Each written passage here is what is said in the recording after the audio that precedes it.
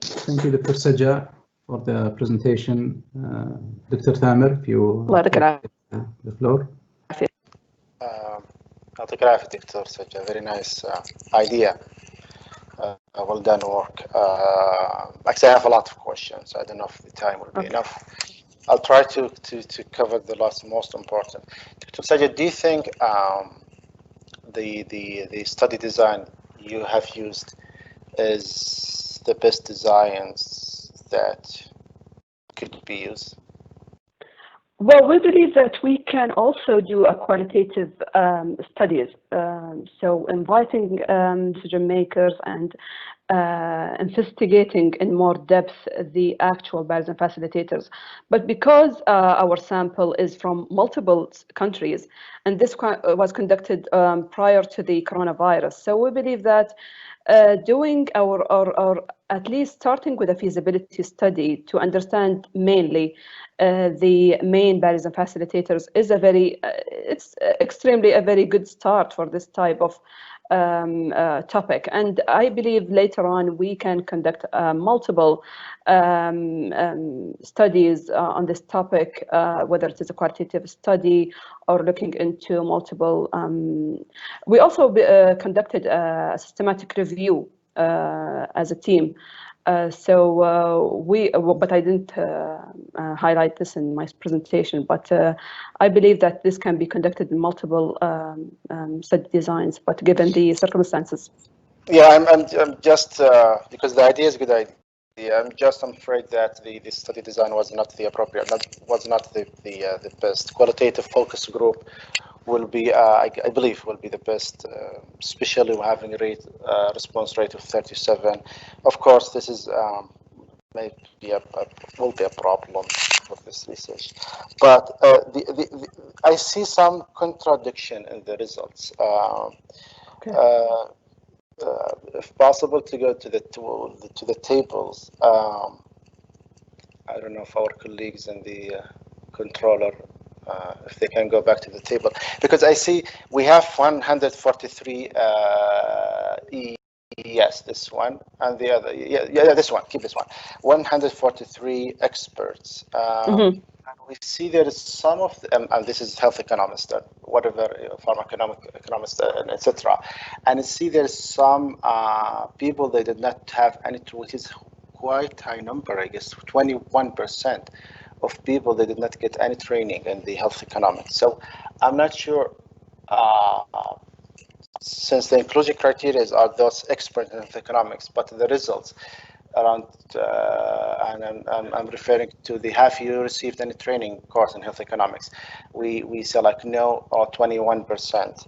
So this is one of the contradictions. So I'm not sure how you can like explain. Okay, this is a very interesting finding, because actually in reality, when you check any economic paper, you will find clinicians, you will find many other non-economists, but they conduct economic evaluation.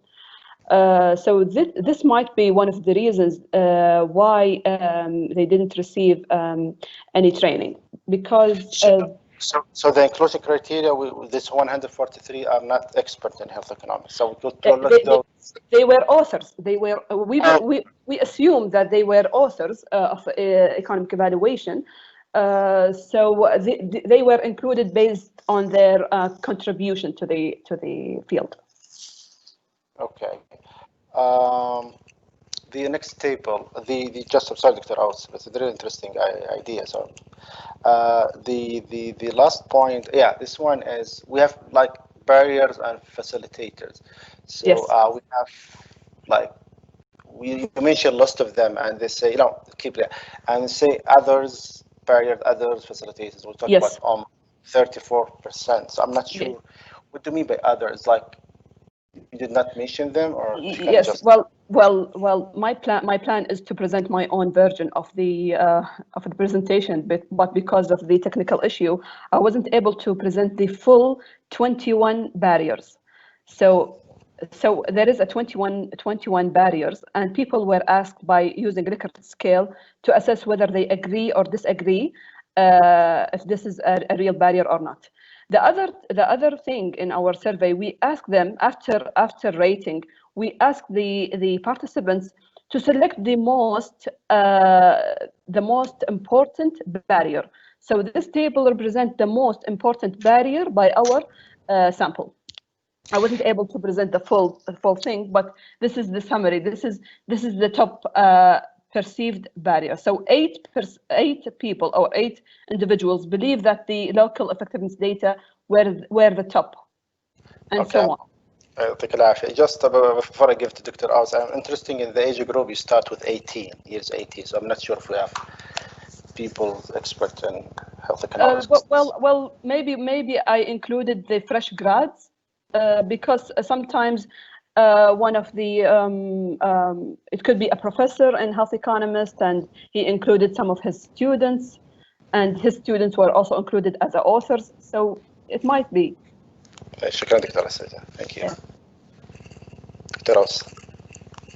Thank you, Dr. Thamer. I second your opinion. The work is very interesting, and I think, Dr. Sajja, you have done a great job. And there is also you have an ample area also to work on this project and expand it with the proper modeling. I agree with Dr. Thamer that maybe a focused group will be better given the small sample size, and it looks to me also that maybe one of the major confounders here is the level of expertise that the participant have. Dr. Thamer mentioned that in more than one occasion, but not so you would have validity of your conclusion. You can, I suggest that either you revalidate the participants and then you give them probably weighted scoring. So you can give a weight for every participant according to the level of expertise. So given translating their experience and expertise into metrics would help a lot in giving weight for their outcome, and then probably you will end up with different recommendation. But all in all, very good initiative, and we need more work in that area. Thank you so much. Thank you so much, everybody. Thank you, Dr. Thank you, Dr. Thamer, Dr. Aus. Move on to the next speaker, Dr. Abdurrahman Al-Ruwaili. He's going to talk about medication error associated with non-vitamin K antagonists, oral anticoagulants in adult patients, a systematic review and meta-analysis. تفضل دكتور عبد الرحمن. يعطيك العافية دكتور. عافية.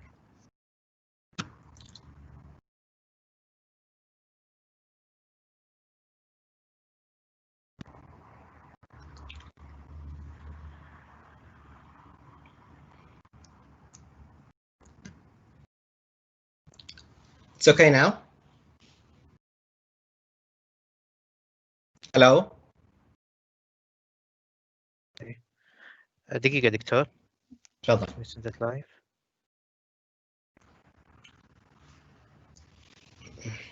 خلاص تفضل دكتور.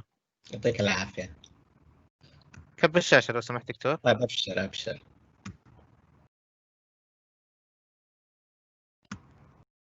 It's okay now?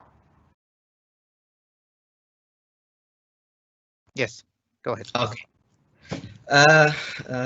Good afternoon, everybody. I'm Abdurrahman Al-Ruwaili. I'm a PhD candidate from Birmingham University in the Medical and Dental College in the pharmacy schools. I want to thank the scientific committee to let me give opportunity to join this interesting event. I want to share my project called Medication Error Associated with Non-Vitamin K Antagonist in Adult Patient, a systematic review and meta-analysis. Next slide, we will talk about the background of this project and what the justification of the study and how to conduct the systematic review and the method and use it in this systematic review, and finally the outcome and meta-analysis result and conclusion. The introduction here, the non-vitamin K antagonist, non-vitamin K antagonist, oral anticoagulant, oral direct oral anticoagulant are same group anticoagulant medications such as rifaxiban, apixaban, dabigatran are indicated for treatment and prevention of recurrent thromboembolic events such as pulmonary embolism, DVT, or the prevention of stroke and pulmonary embolism in patients with the non-valvular atrial fibrillation. Before the introduction, new oral anticoagulant warfarin was the mainstay of anticoagulant treatment. Nowadays, currently, new oral anticoagulant have become a preferable choice in a clinical practice to treatment and prevention that disease I mentioned before, owing their preferred safety profile. A medication error associated with this agent, it's important safety issue current facing in clinical practice with morbidity and mortality linked to suboptimal coagulation. Therefore, this research area merit to investigation, and particularly research from Saudi Arabia lacking in this subject. The justification of this project introduction of the new oral anticoagulant start 2008, a real shift anticoagulant prescribing with the patient increasingly being prescribing one of these agents instead more traditional warfarin. Previous report about anticoagulant associated with the medication error related this agent mainly in the warfarin. There is no study about the new oral anticoagulant. That's why this systematic review is a novel. This is the first systematic review about this agent. A very indication of the complicity regimen, the medication use process of a new oral anticoagulant. Identify the most common implicated drug class can heighten risk adverse drug event if used inappropriately. Currently, no robust literature review assess the clinical impact. However, being the novel class of medicine due to limited clinical experience, they have been recognized of one of the most important drug classes associated with adverse drug events, mainly stroke and hemorrhage. That's why they are considered high alert medication as they stand heightened risk causing significant patient harm if used inappropriately. First, how to conduct the systematic review. We are the aim of the study to conduct the systematic review. We are identify the epidemiology and contributing factor, and also the effectiveness intervention to prevent and minimize error to achieve these objectives, to identify the incidence and prevalence and medication error along with their contributing factor. Also, they identify the intervention from the healthcare professional to minimize error, and also the review if they use the theoretical framework by using the special domain framework. It's called accidental causation model. To answer the three research question, what's the prevalence of medication error associated with this agent in adults, and what's the key factor associated also with this agent, and what's the nature of effectiveness of intervention from the healthcare professional to minimize and prevent the medication error associated with novel oral anticoagulant in adult patients. About the methodology, first we are developed the systematic review protocol according the PRISMA guideline and register with the Prospero. This is the first step. Then inclusion and exclusion. We are decided that what's the inclusion and exclusion. For example, I choose the patient, the age 18 or more. We're structured according the BCOS structure. Then we are going to the research strategy. We research around 11 database, for example, midline, embase, and so on. And so that we are choose the search term in the two main domain. The first domain is the medication error and synonyms, and the other domain is the novel oral anticoagulant and synonyms. And also the screening and study selection. The literature search was conducted in screening this, by two researchers, and the third researcher will review the title and abstract, and then sorry, not extracted, to export to the endnote. Then we assessment the methodology of the quality by using the CASP checklist. Finally, we get the data extraction. Bespoke tools were developed to extract following authors and country of publication, year of publication, study population, and settings, recruitment, and so on. Data extracted was also performed by two independent review. And also about the results. The initial, after searching all the articles, we found 5,205 articles, then which will be reduced to 32 by removal, duplication, and screening title and abstract, and applicable for the inclusion criteria. We found it in 32 studies from 12 countries met the inclusion criteria. The predominant in United States Kingdom, then the UK, then the others country. Here, the type of settings we reported in the predominantly in the university affiliated academic and teaching hospital, then the tertiary, then the others like nursing home or poisoning center.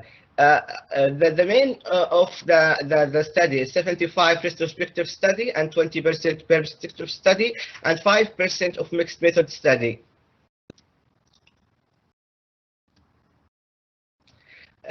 We found it here an outcome. There was inconsistent definition of the medication error used amongst all the studies. The error rate identified across the study range from 5.3 to 37.3 in 16 study involved the prescribing error as error omission, wrong dose, wrong frequency, wrong drug. In the dabigatran and rivaroxaban, and recently in the apixaban, incomplete order, the prescription, wrong duration, and so on. Also, none of the study used, there is no study use any theory that process for the data collection of analysis. And we found that the contributing factor most commonly reported were the active failure, slips or lapses, or error provoking, such as the lack knowledge or lack experience from the healthcare professionals, and last, latent conditions such as the insufficiency of the education and training, and there is no use the properly of the policy and protocol in the institution. The outcome of the meta-analysis. Okay.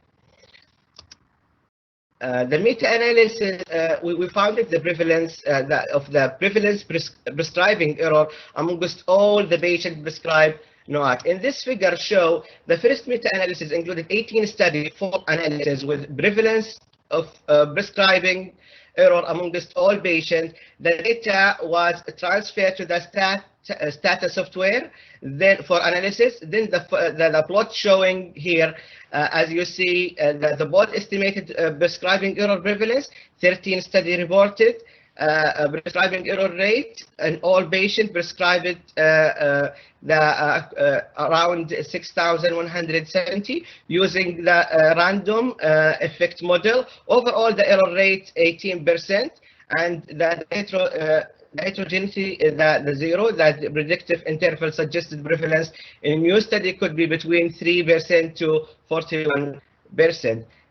Finally, here in this graph, there is a high heterogeneity above in the first plot. And unfortunately, we don't know why it's the because why is the high heterogeneity after investigation search. We don't have common covariety among the study. We couldn't explain what's the source of the heterogeneity and to doing a subgroup to find it. Point estimation of prevalence application error with 95% confidence interval in the first plot was calculated, while diagram square represented in each study and line both slide indicated 95% confidence interval. The second, meta-analysis here for the prevalence of prescribing error amongst all medication. The first one for all patients, and here the amongst all medication error associated with this agent. As you see, the second meta-analysis included. You have 1 minute. Huh? Okay, I'm still quick finish. For study and full analysis prevalence, prescribing error considered most common reported one amongst included study. And here the showing the homogeneous consistent their finding. The last one, meta-analysis prevalence administration error. We find it here that the only 2 study reported administration error amongst all the type medication error associated with this agent. Heterogeneity was very low. And last one, about the dispensing error. We only one study out of 25 total prescribing associated with this agent. In conclusion, approximately there is 1 in 5 drugs prescribing have error. There is a need to promote guideline adherence, training, education for all healthcare professionals to use theory-based and technology facilities intervention to minimize error harm related this agent use. Last but not least, the crew of the sailing boat responsible for the safety of passenger. It's same situation in healthcare. Patient care is our responsibility, pharmacist and physician and nurse. Thank you so much.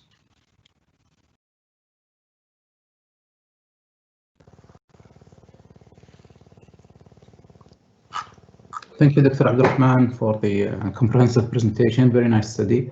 Dr. Thamer.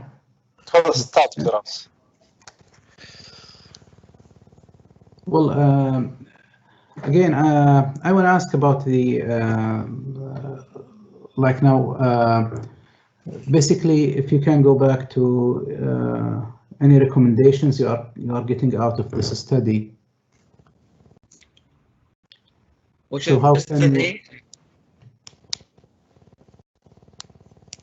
Which study, Dr. Aus? If you go to the recommendations. Recommendation?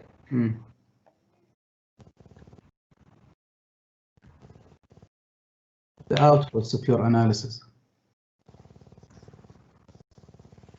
Which slide, Dr. Raus, please? You mean the results? The results, yes.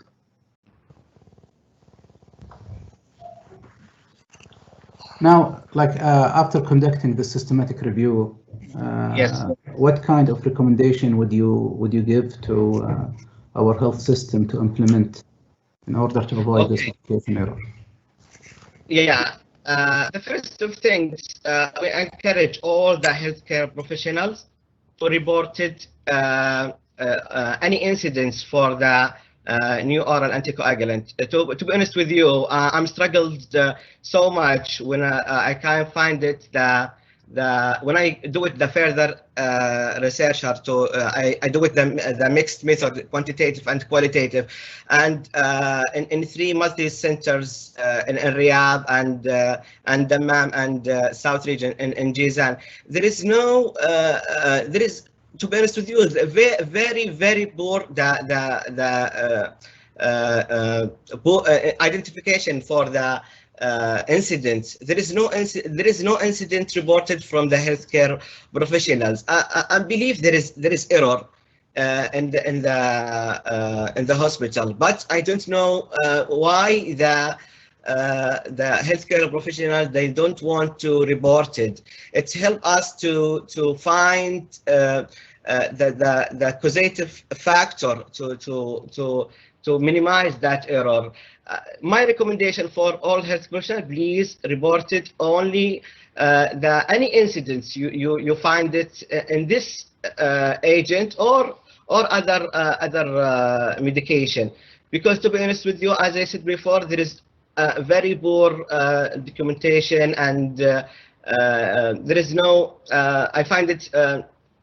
I think it's not good data. Even from when I contact with Saudi Food Drug Authority, only 35 data there. It's not a good data to give us a good impression or a good view for what's happening, to find the contributing factor to minimize that error happen in the future.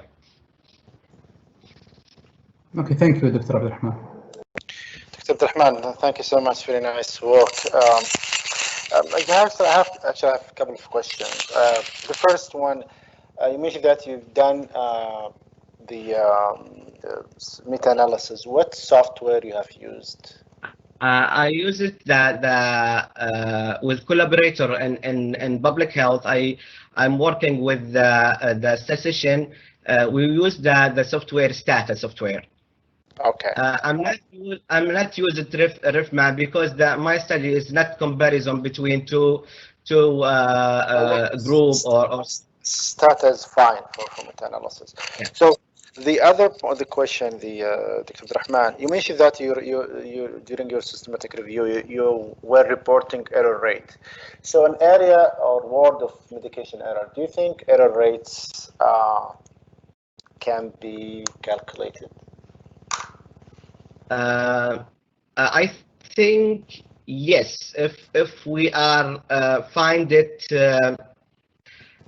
It's not 100% can be calculated the error, but we can give the good figures for what's going on in the world. That's why when Dr. Aus asked me the first questions, I said to him, we need to encourage all healthcare professionals to report it. That's why we can collect the data and analyze and find it the medication error. And let me rephrase my question, Dr. Abdulrahman. Yeah. Do we know the background or the denominator of those patients or those errors who were using these medications? Do you have information from this information? Because when you want to calculate the error rate, you need to have this information. Yeah, and to be honest with you, some articles they mention, and some articles or papers that mention what's exactly that, and I excluded from the systematic review. It's not clear vision for me. Okay, thank you. All right. Yeah.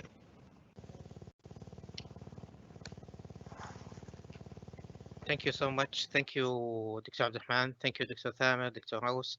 Thank you, everybody who was with us in the morning session. Anyone who want to go to break, free to go to break. However, we are still continuing with our program. So we'll go now to the next sessions.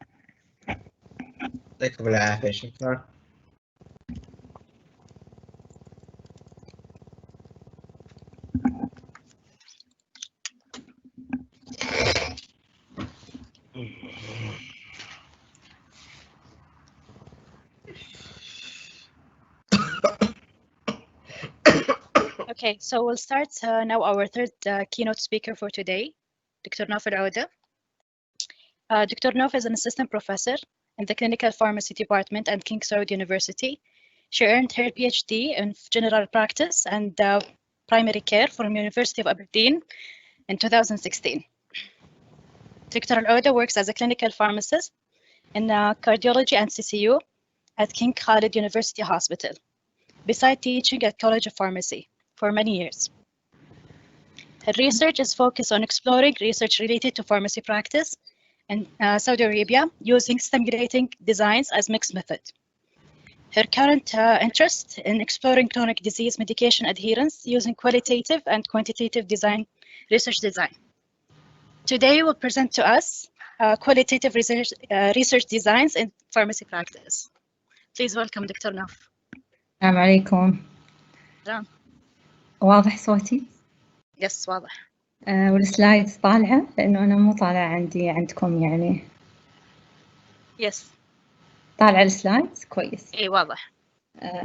لأني أنا فاتحة الكمبيوتر الأساسي على أساس على اللايف بس شكله it's not لايف. المهم بسم الله الرحمن الرحيم والحمد لله والصلاة والسلام على سيدنا رسول الله. طبعا أول شيء حابة أشكر اللجنة المنظمة وعلى رأسها دكتورة مها والفريق ما شاء الله عليكم يعني arranging such event in this very difficult time for all of us.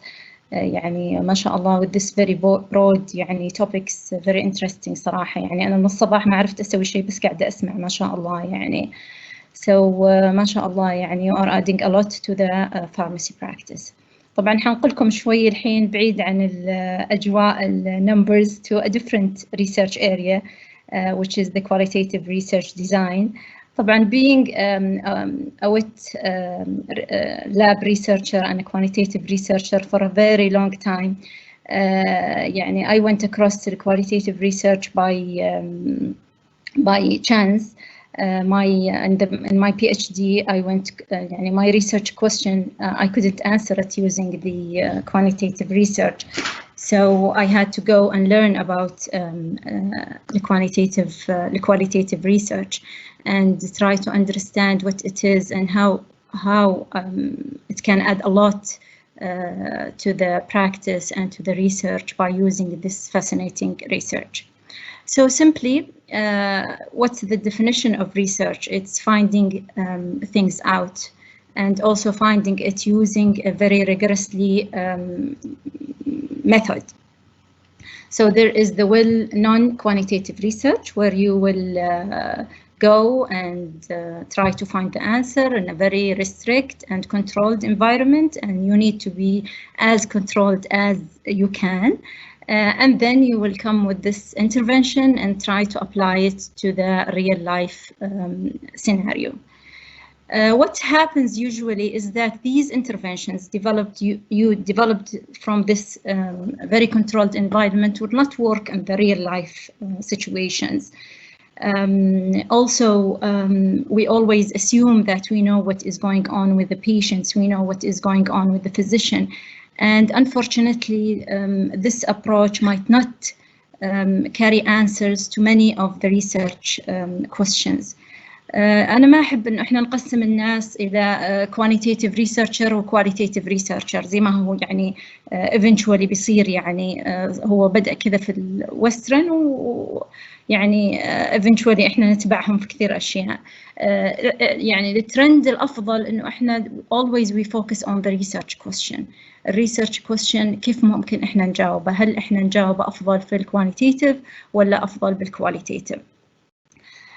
طبعا يعني من المحاضرات ما شاء الله اللي يعني previously presented يعني أول محاضرة دكتور ماجد التريسي يعني ال cost of medication يعني shows us how important إنه إحنا we go with a lot of designs to answer things very deeply. أنا أزعل لما إحنا we don't go deep, we ignore the human factor.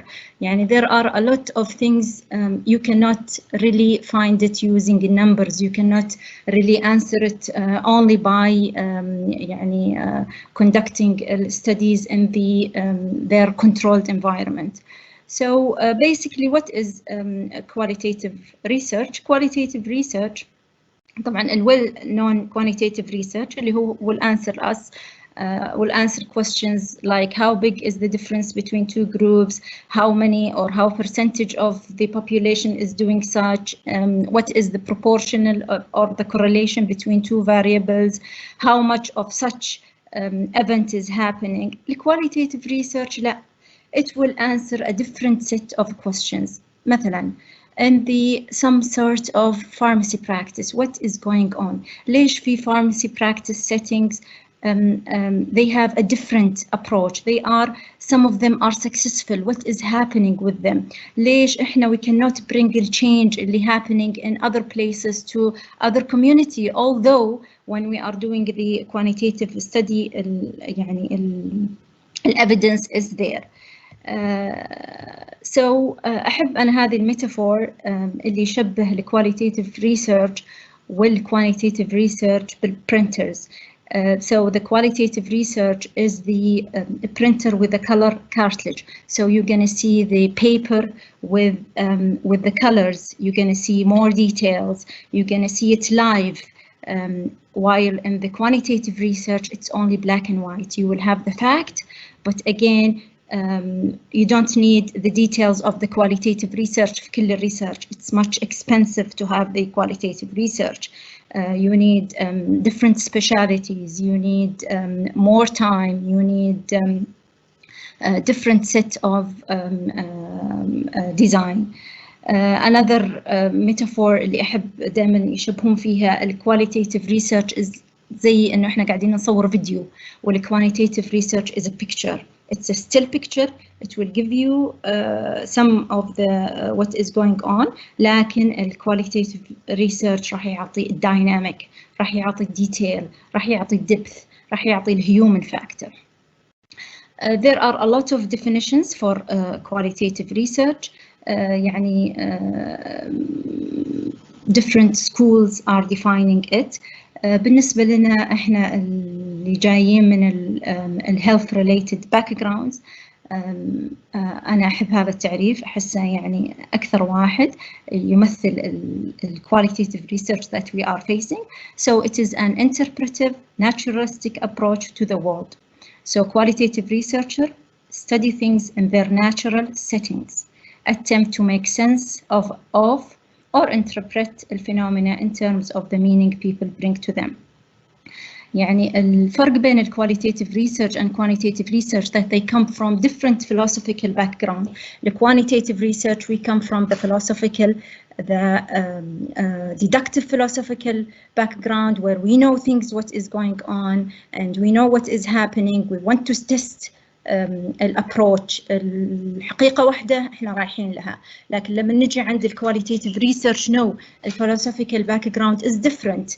What we are doing is that we are trying to approach الحقيقة. نحاول إن احنا نشوف البروبلم from the point of view of the people themselves. We are trying to understand what is going on with their point of view.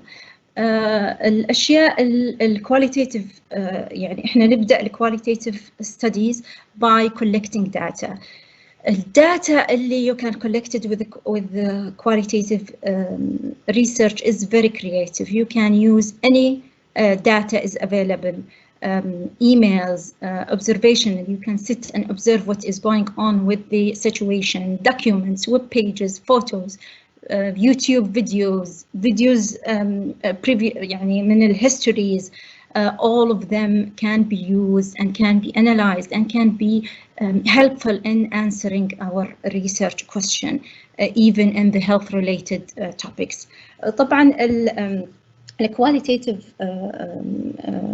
research methodologies جدا مختلفة، وأنا ما أدعي إنه أنا يعني أقدر أفهم methodologies of it والepistemologies. It is very broad and it has a lot of philosophical يعني point of view.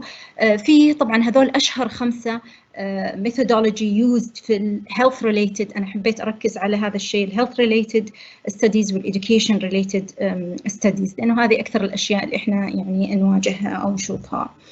فthese الميثودولوجيز أشهر شيء اللي هو الgrounded theory، الإثنوغرافي، الكيس ستدي، البيوغرافي والفيمينولوجي.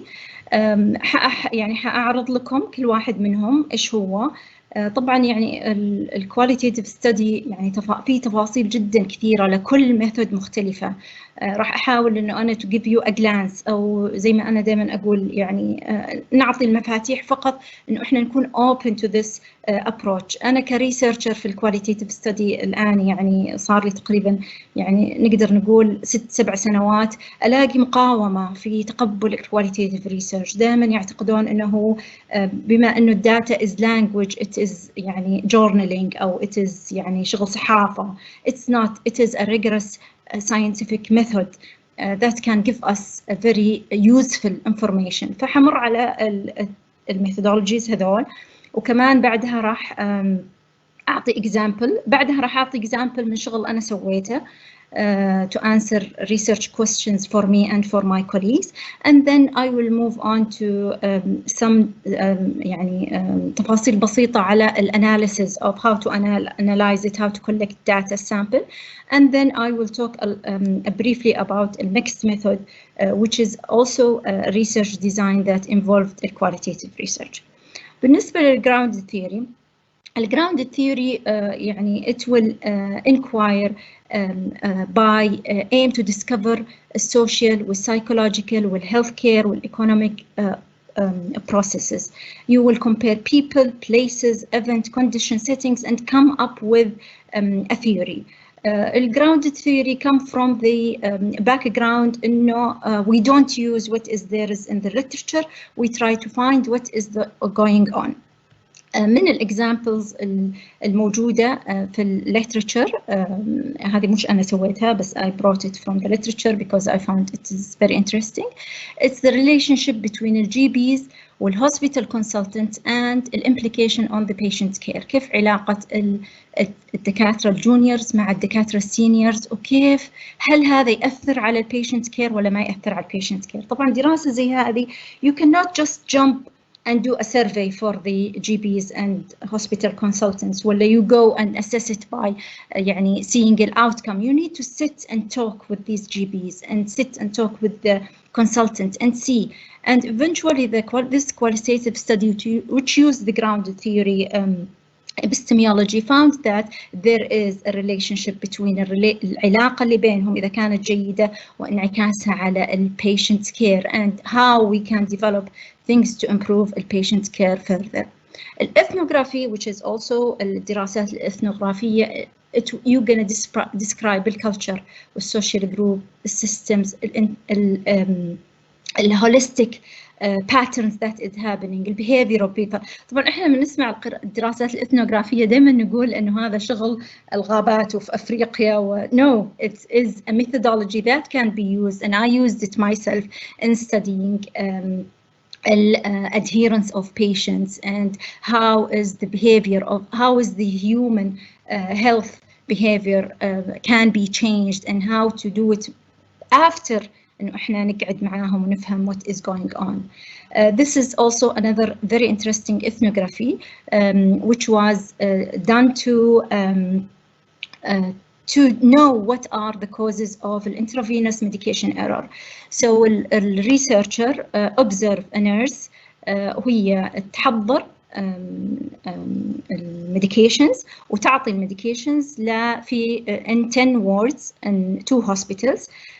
فالريسيرشر ما كان يسوي ولا شيء بس observe how the practitioners is doing that, and he observed more than 400 drug preparation and more than 400 administration, and guess what?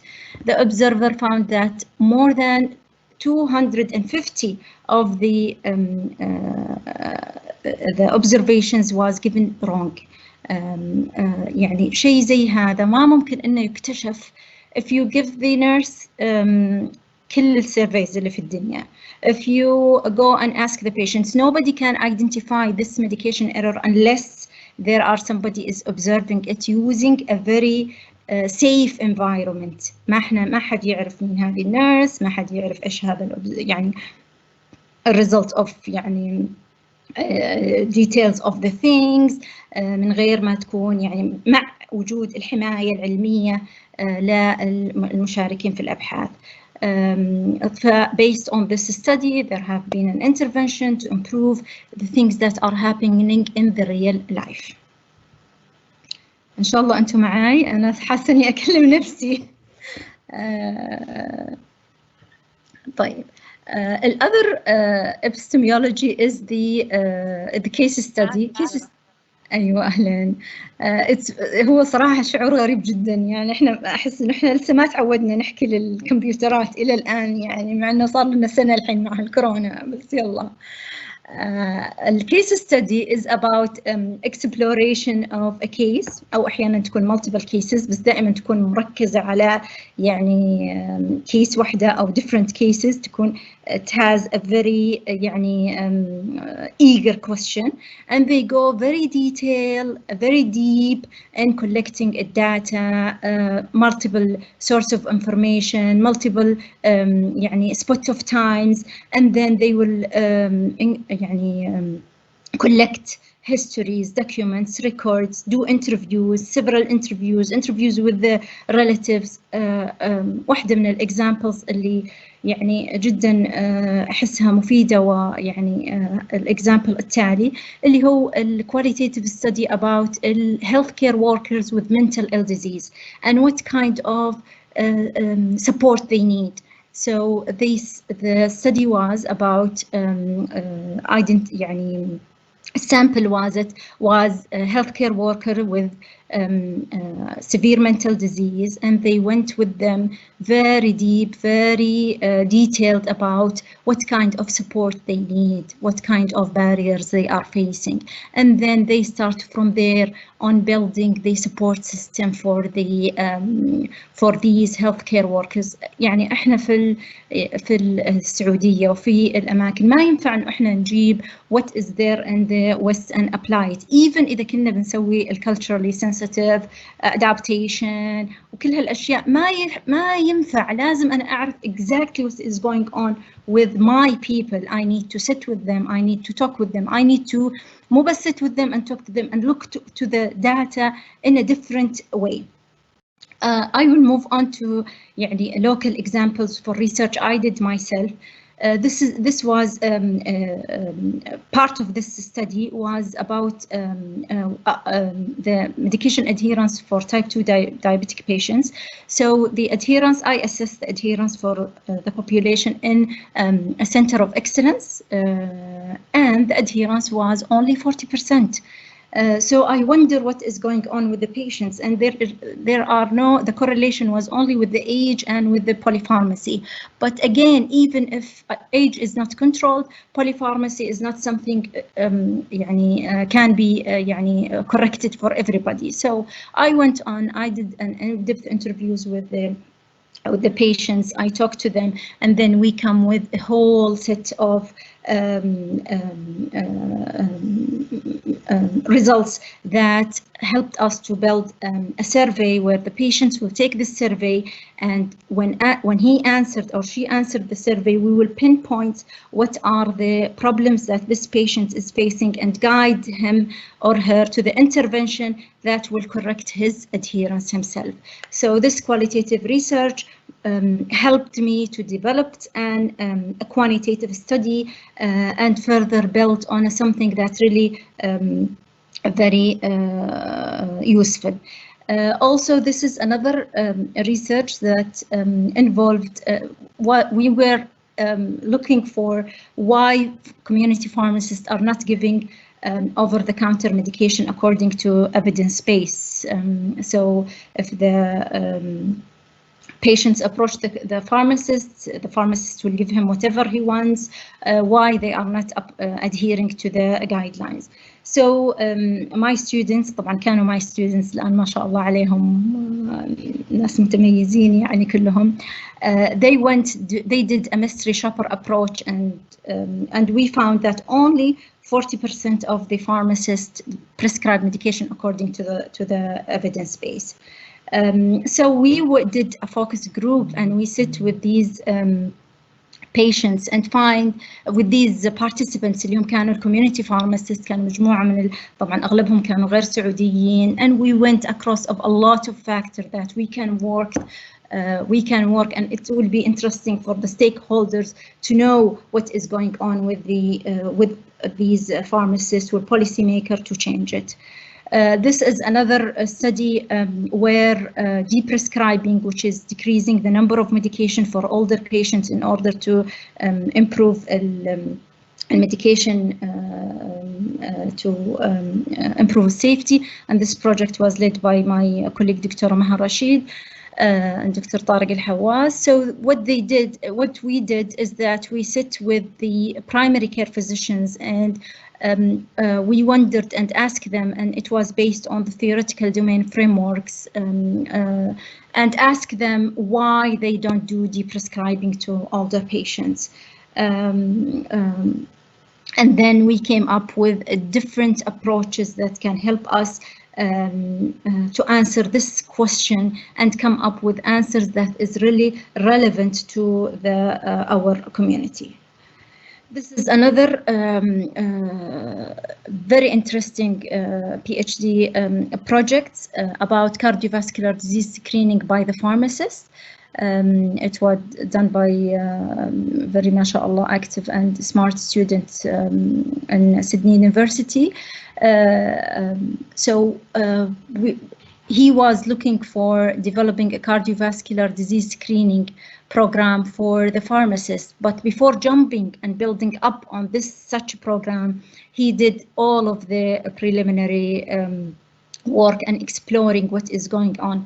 So I helped him doing the focus group with the pharmacist, and then with the policymaker, and then with the feasibility study of having such الخدمة هذه لو إحنا قدمناها للصيادلة للمجتمع السعودي، هل راح يتقبلها ولا ما راح يتقبلها؟ إيش العقبات اللي ممكن يواجهها؟ فبالتالي المنتج اللي راح يطلع من هذه الدراسة راح يكون منتج فعلاً adapted or suitable to the community by evidence. طبعا يعني الدراسات كثيرة، بس أنا حبيت أحط الأشياء اللي أنا I was involved in it in order to يعني help you to get sense of what you can do with it. أحب بس أنوه على شيء قبل لا I go on details of the qualitative analysis is that إحنا مو لازم stick to the interviews and to the يعني دائما ال documents source of documents نوعين narratives أو visual. أغلبنا we generate data. No, you can use what is existing on the existing and available data, which is the policy paper, minutes, magazine, newspaper. Also visual data, you can also take photographs and films and etc. Generated, and also you can use what is available. يعني الكامبينز، الحملات التوعوية، اليوتيوب، تأثير على الصحة اللي قاعد يصير، التويتر، السوشيال ميديا، هذه كلها can be used to answer research question in a very creative and useful and can answer your research question.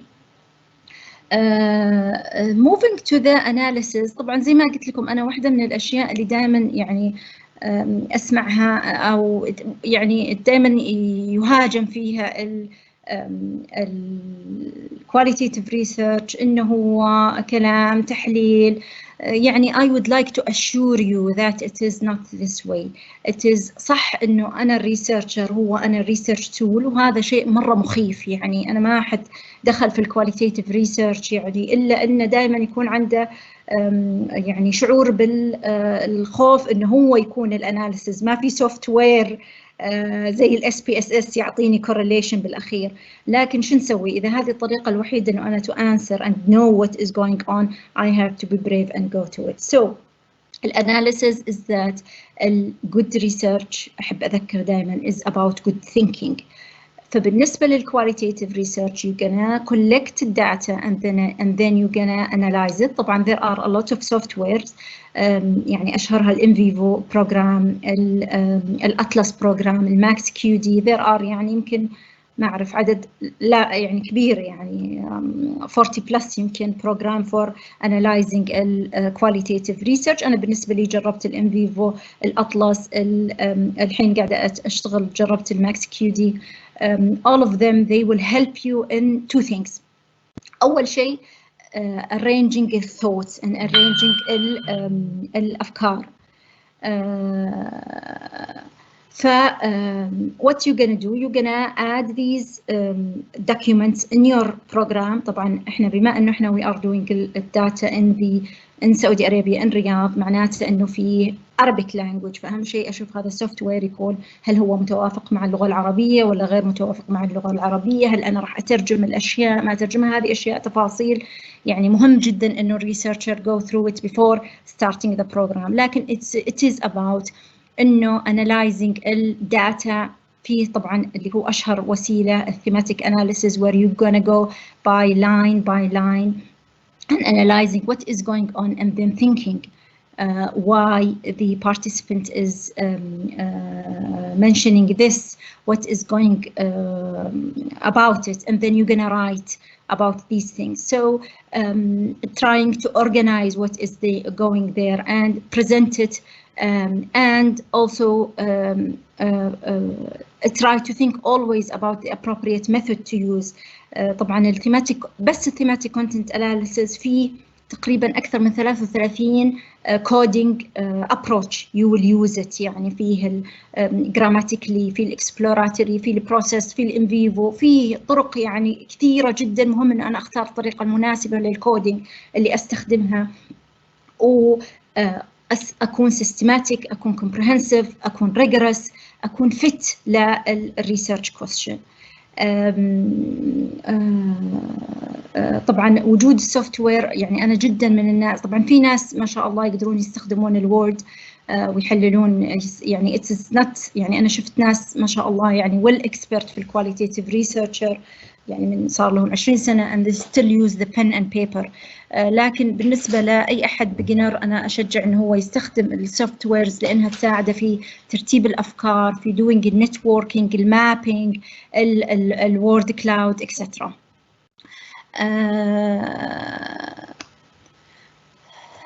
طيب بالنسبة للسامبل سايز، طبعا السامبل سايز بالنسبة للكواليتيتيف ريسيرش يختلف عن الكوانتيتيف ريسيرش. الكواليتيتيف ريسيرش مهما كان البروجكت كبير دائما يكون عدد السامبل يعني أقل بكثير من الكوانتيتيف ريسيرش، وهذا مو عيب، يعني هذا بالعكس يعتبر يعني هي هذه الاستراتيجي. لكن دائما أحط في بالي طبعا there are a lot of sampling technique، لكن how to maximize the opportunity of producing enough data to answer my research question. فعشان كذا دائما أحيانا حتى في البروبوزل for qualitative research ما نكتب السامبل سايز كم راح يكون، لأنه أنا ما أعرف، يعني يمكن أنا أعمل 20 انترفيوز أو أجمع لي يعني 50 ولا 60 document it will be enough, and sometimes I don't know I need to do more than that in order to reach اللي هو الترم يستخدمونه satisfaction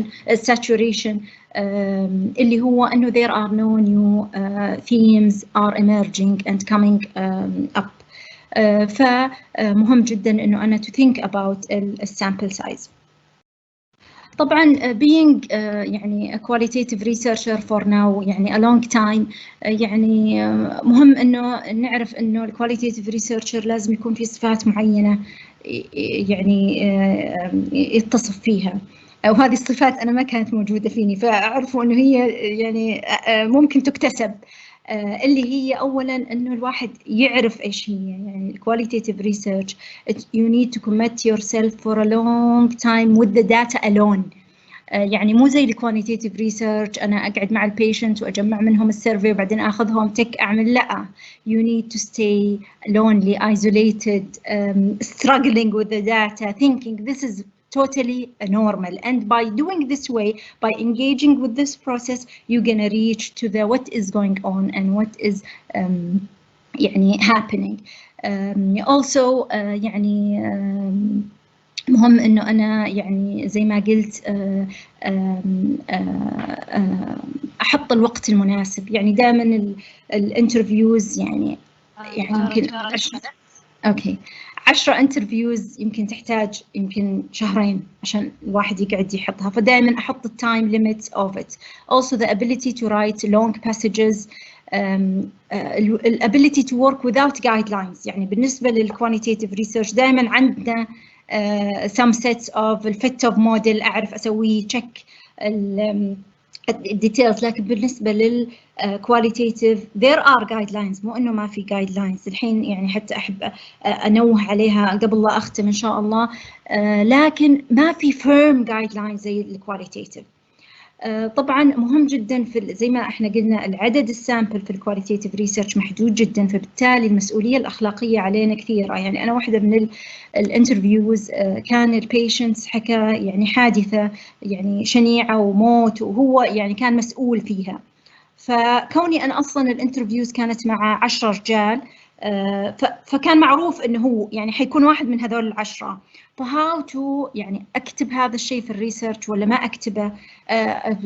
اهم شيء نحط السيفتي اوف والانونيميتي اوف ذا بارتيسيبنتس، انه هم ما يتضررون، لانه زي ما قلنا عدد السامبل قليل، يحكوا اشياء ديتيلز، يحكون تفاصيل هاو تو ميك يعني الانفورميشن افيلبل، لكن مع يعني الايثيكال والليجل كونسيدريشن، انا ما اضر البارتيسيبنت. طبعا there are guidelines الASRC ممكن تطلعون عليها. الكونسنت، طب انا هل اعلم اذا انا بسوي observation، هل انا اعلم الناس انه انا بسوي معاهم يعني قاعده observe them ولا ما اعلمهم؟ هذه الاشياء كلها you need to think about it. اذا هي فعلا بتاثر بالstudy you can present this to the IRB and have the consent without يعني with anonymizing that you are doing such.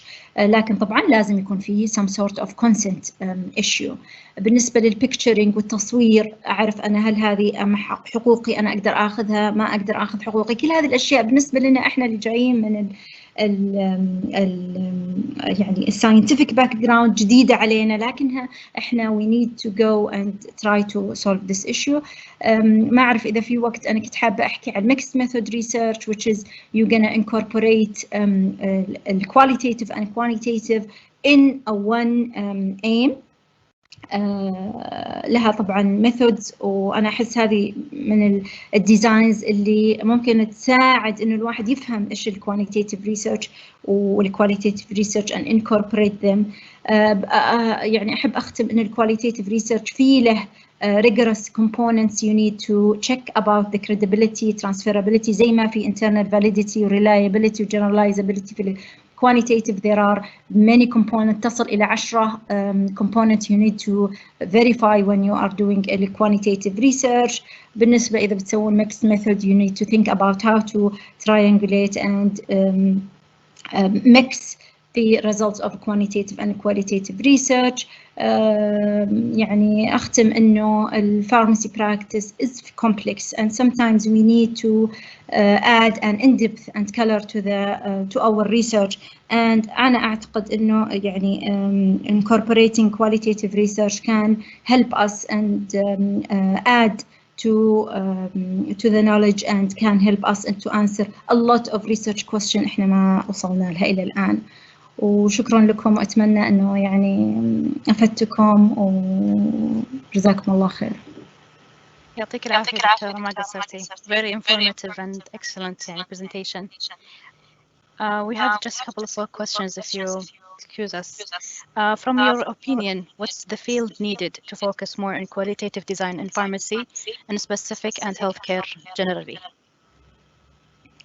يعني هو زي ما قلت دكتورة، يعني هو it depends on the question. It's not about the field, it's about the question. هل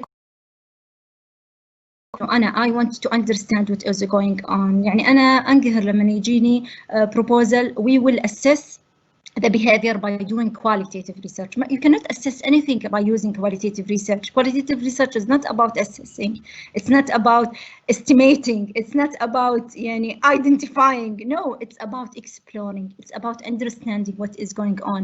It's about إذا عندي intervention أحط يعني أعمله وأشوف إيش point of view of the people، وين أنا الأماكن اللي غايمة عندي، أبغى أعرف إيش قاعد يصير. يعني الارياز اللي انا لازم اطلع من انه انا عارفه ايش صاير، لا الاريا اللي انا ماني عارفه ايش صاير. فبس ما في فيلد معين، يعني هو ممكن يدخل يعني رياض الأطفال داخل في كل المجال، يعني كل الأبحاث حتى الجينيتيك الآن. يعني ليش في people they يعني genetic مثلا studies أو pharmacogenetic study في acceptance of the results, how to involve more participants، مع إنه هو purely quantitative يعني field. تمام. Our يعني second question, so give us an advice to start conducting qualitative appropriate يعني start for pharmacy field in specific. read لأنه أنا أتفاجأ، يعني عندي طلبة يعني من جد أستغرب، يعني how you gonna، يعني إحنا الكواليتيف ريسيرش صار لنا فيه 20 سنة فقرينا فيه نعرف، لكن الكواليتيف ريسيرش if you want to go and read a book not only a research، لا تروحون للليترشر، لأنه الليترشر قصدي البيبرز والارتكلز والستدي، لأنه هي some sort of advanced. just go and read. يعني في كريسويل، في موريس، في يعني علامات فارقة في الكواليتيف ريسيرش. هذول الناس أروح أقرأ عن ولا تخاف، يعني الخوف هذا طبيعي، إحنا لا درسنا منطق ولا درسنا فلسفة ولا درسنا هذه الأشياء، فلما ندخل في هذه نقرأ المصطلحات الغريبة نخاف، بس it's okay. يعني just go and read and take an advice. وأنا طبعا يعني لو حاب أي حد يستشيرني أنا بالعكس موجودة، يعني وما يعني ما أعتبر نفسي expert، بس إنه at least يعني I have experience. يعطيك العافية. So advice is read. Yes, read and don't be afraid. يعطيك العافية. Thank you, Dr. No, for this informative presentation. So we'll start now our oral presentations. But first we will welcome again our judges for this session. Dr. Awsa Shamsan, Professor and Dean of College of Pharmacy at King Saud University. Dr. Thamer Al-Shammiri, Associate Professor of Health Outcomes at the College of Medicine and College of Pharmacy, Riyadh Al-Ilm University, and the Director of National Pharmacovigilance and Drug Safety in Saudi FDA. Also, Dr. Thamer Abdullah Thimeri, Assistant Professor and in the Clinical Pharmacy Department at the Prince Sultan bin Abdulaziz University. Lastly, Dr. Hind Al-Mdamir, Clinical Pharmacist Specialist in Cardiac Science at the King Abdulaziz Medical City in Riyadh, Associate Professor and of Pharmacy Practice in the College of Pharmacy, King Saud Abdulaziz Science. So we'll start with our first oral presentation. So the first presentation will be Adoption of the Personal Health Record in Digital Age, Cross-Sectional by Dr. Consuela Yusuf. Can you hear us? Yes, I'm here. So can you please share your slides? Sure.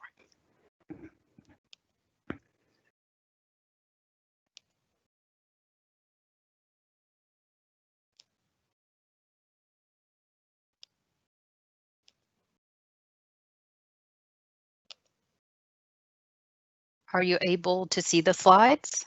Yes, we can To see the presentation. Okay, great.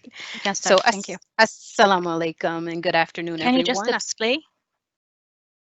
Excuse me? Display the presentation?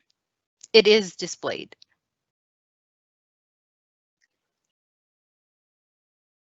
It's displayed. You can't see it? I just can't see the presentations with the other slides also. Can we focus only on the first slide?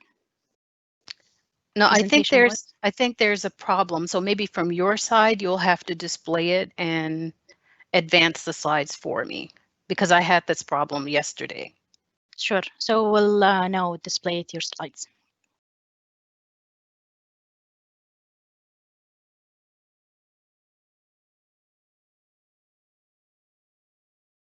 Can you please use the last, the revised one I sent in yesterday?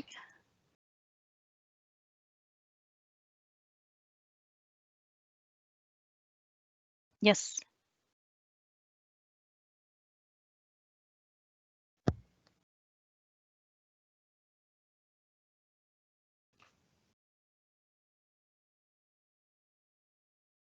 Are you changing it to the updated version that I sent yesterday? Yes, just give us a few minutes. Okay, sure. Thank you.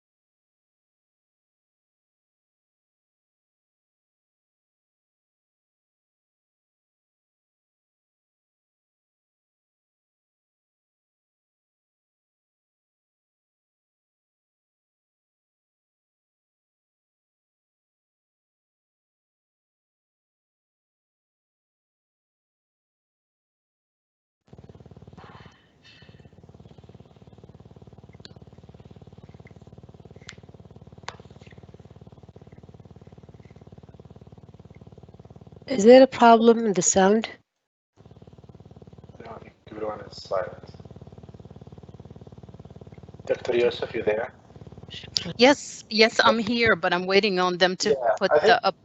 my name is Family Shamri. Let's like get benefit from some time that we have now until they can fix the slides. Because what you have done is you and your team is really interesting work. I think it's also been published because the topic is really interesting. So I did like some research about this work and this concept that of the health record now during you conducting your study. So I just want to know from your experience, like when you like interview these patients or you get to this patient, correct me if I'm wrong. What was the most like positive side from this study? What was the more like some of the pitfalls or some of the limitation during conducting the study?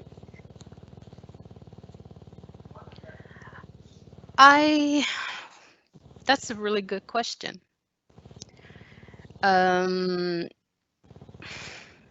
Something I'll have to think about. I really I think the major problem. So something you brought like different, but just because this is the thing that's really we are missing. We need to have it.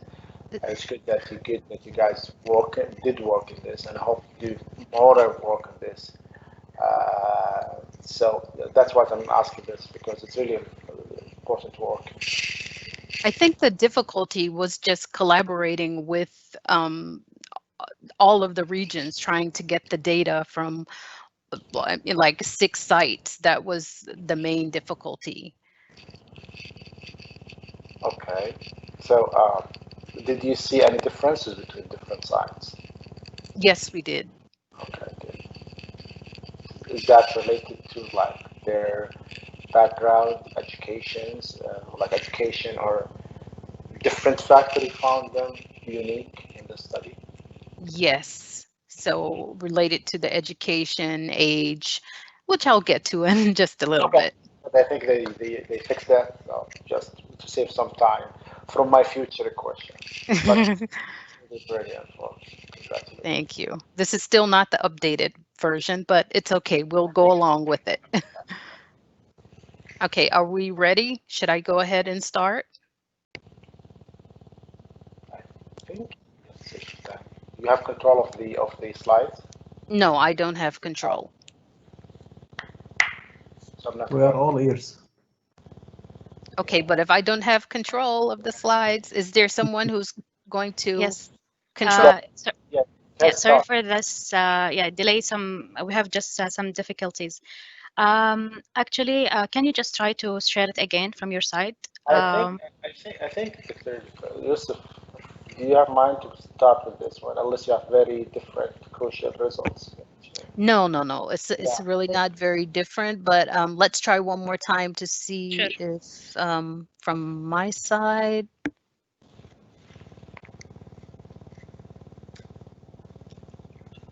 Maybe because of it says poor bad network quality, so it could be the issue, but let's see here.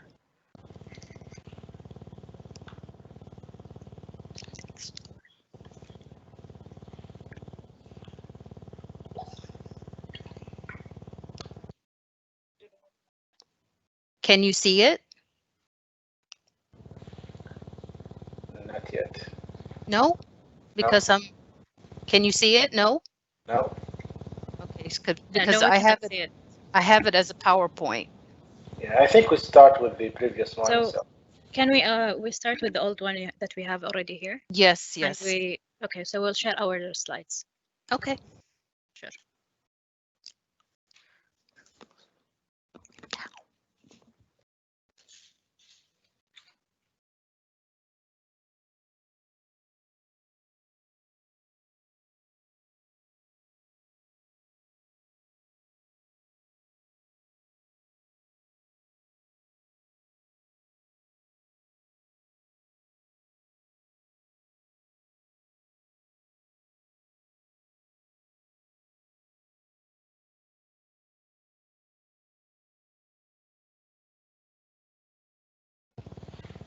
I don't see anything yet. Yes, just a few minutes still. Okay.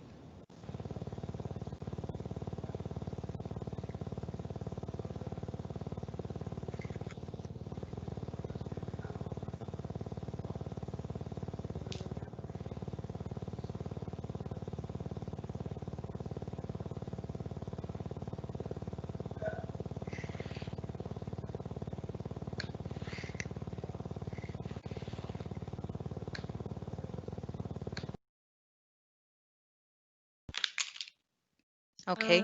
Doctor, you can see it now? Yes. So you can start and we will have the control for sharing, okay? Okay. Thank you.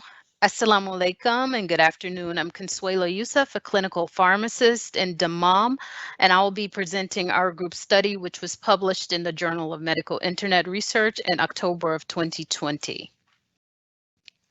Next slide, please. Next. So to give you a bit of a background, as the prevalence of chronic disease grew and internet connectivity spread, e-health was envisioned as a way to transform 21st century healthcare.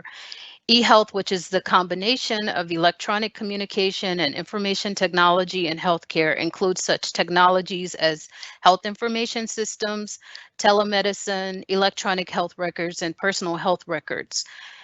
So we know there is a paradigm shift in healthcare away from the doctor knows best model to one where patients are expected to be engaged and share in decision making. Next slide.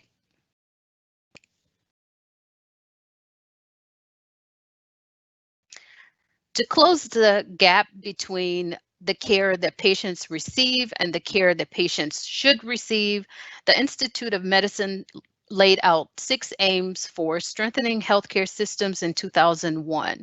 One of the most notable aims was patient-centered care, which they defined as care that is respectful of and responsive to patients' preferences, needs, and values. Now, in 2018, when they published an updated report on the quality of global healthcare, patient-centered was replaced with person-centered to reflect the current view of providing holistic care to individuals rather than a focus only on disease management. In any event, the Institute of Medicine and the World Health Organization both endorsed e-health as a way to meet all of these aims and to facilitate patient and person-centered care. The World Health Organization in 2005 encouraged its member states to develop e-health infrastructure and to integrate e-health in their health systems and services. And in alignment with that, KSA rolled out its own national e-health initiative in 2011 with the Ministry of Health's vision statement, a safe quality health system based on patient-centric care guided by standards enabled by e-health. Next slide. So the e-health tool at the center of our research is personal health records, or PHRs. PHRs are a tool for individuals to track and control their health information. There are 3 basic types: standalone, tethered, and integrated. Our research focuses on the tethered, also known as a patient portal, which connects to the organization's electronic health record and allows patients to access information from their medical records. Now, features of PHRs vary by organization. Some organizations have more basic features where maybe patients can only view discharge summaries, lab results, prescriptions, and other organizations might have more advanced features such as secure messaging between patients and the healthcare team, health-related reminders, e-visits. In any event, personal health records are proposed to have a number of benefits. With more access to health information and services, patients are expected to be more activated, more engaged, more empowered to take care of their own health. There should be improved communication between patients, their caregivers, and the healthcare team, greater patient satisfaction, better quality of care, enhanced self-management skills. And we know that there's limited time during office visits to address chronic conditions. So PHRs can potentially bridge the gaps that occur. Next slide.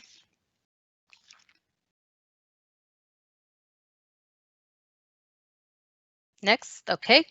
So many studies have evaluated the acceptance and adoption of PHRs in North America and Europe. However, in KSA and the Middle East, PHRs are a recent phenomenon.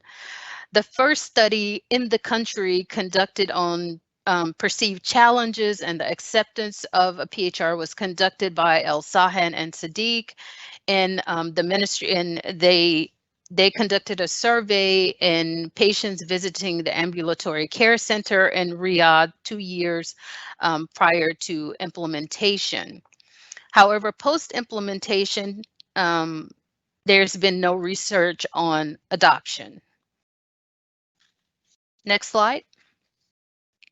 So our study's aim was to investigate the adoption of MNGHA care PHR. Next slide.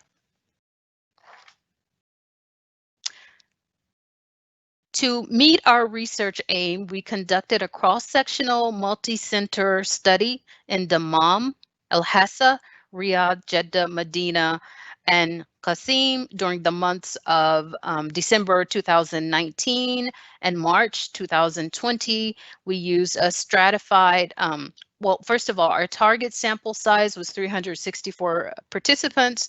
We used a stratified random sampling strategy to select adults visiting outpatient clinics, and we administered the survey through Question Pro. Our primary outcome was use of MNGHA Care PHR. Next slide, please. So we found in our total of 546 participants who agreed to complete the survey, most of the participants were male, married, employed, and university graduates. 70% of the participants reported using MNGHA Care. When we compared users versus non-users, there were statistically significant differences by age group, educational level, employment status, and medical conditions, with users more likely to be younger, with the high school education, employed, and with at least one chronic medical condition. Diabetes was the most frequently reported condition in 22% of the participants. Next slide, please. So we had a look at online health information seeking behavior and how it was associated with use of the PHR. And we found statistically significant differences in those who reported using the internet to search for medical information and those who use health apps on their mobile phone. When we did our logistic regression model, we found 3 predictors for using the PHR. The first one was educational level, and although a higher educational level was associated with use, only a high school education level was statistically significant. The second predictor was use of the internet for searching for health-related information, and our third predictor was the use of health apps on the mobile phone. Next slide, please. So this slide shows you the features that were accessed by the regions. You can see the variability. Overall, the most used feature was appointment scheduling, and the least used feature was requests for prescription refills. And I would imagine that the differences that you see are a reflection of the varied implementation practices. Next slide. So in conclusion, having the technology available is important, as even though you can build the technology, put the technology in place, it's not enough. It's also necessary to monitor the process and find ways to connect patients to the technology. It was very encouraging to see that there appears to be a high rate of self-reported use of MNGHA Care. However, we did lack having access to objective data from the usage log to complement the data that we collected. In terms of underutilization of features, one of the things that we found was that most of the patients reported being recommended use by either a healthcare provider or a healthcare staff. So it's very important that healthcare providers and staff members are aware first of this technology, and also have an education and training on the features of the technology so that they can in turn encourage the patients to utilize the features and maximize the potential of the PHR. Finally, the pandemic really has transformed e-health, and we have all learned a lot about how to engage in healthcare remotely and efficiently. And these lessons can be carried over after the pandemic ends to support high quality, accessible, patient-centered and person-centered care. Next slide. So in closing, I like to thank all of the co-authors, the clinical research coordinators and admin assistants in Caremark Eastern Region, the student data collectors in Jeddah, And I would also like to express my gratitude to the organizers of this event for allowing us all to come together and share our research. At this time, I'm open for your questions. Thank you, Dr. Yusuf. Firas. You can go ahead, Dr. Hammer. So, Dr. Yusuf, this is very nice project, a focused project. So I have a couple of questions. First, how did you calculate your sample size to get with this number, like 300 something? So what's the do you like the effect size, and from where you state you get there? So if you can just elaborate on the sample size calculation. So our sample size calculation was from our statistician, and he based the sample size on a study. The effect size was based on 40% internet usage for an article that was published earlier. The effect size for 40% internet usage for Usenet, listserv, discussion forums in KSA. Okay. Do you agree with that? Yes, I do. So what about the stratification sampling? How did you do that? So we took the patients, the number of patients in each of the regions, because each region or each hospital has a different capacity or a different number of patients visiting. So we didn't think it would be fair to take just the same number of patients from each hospital. So our statistician helped us to, once we collected the patients that were visiting these outpatient facilities, he developed a proportionate allocation for each facility, and this is what we used. So you did it before or after? Prior. So prior, what we did was he set up a table with the number of patients, participants for each facility, and each research team,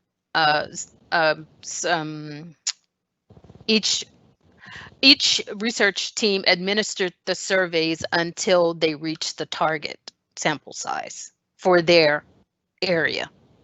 Okay. Firas. Thank you, Dr. Yusuf. Very interesting work, and it has been always needed. And I think the pandemic accelerated the need for e-health in general and telehealth. I wonder what limitations do you see in this study, and on a side note, what limitations do you see here in Saudi health system when such measures needs to be implemented?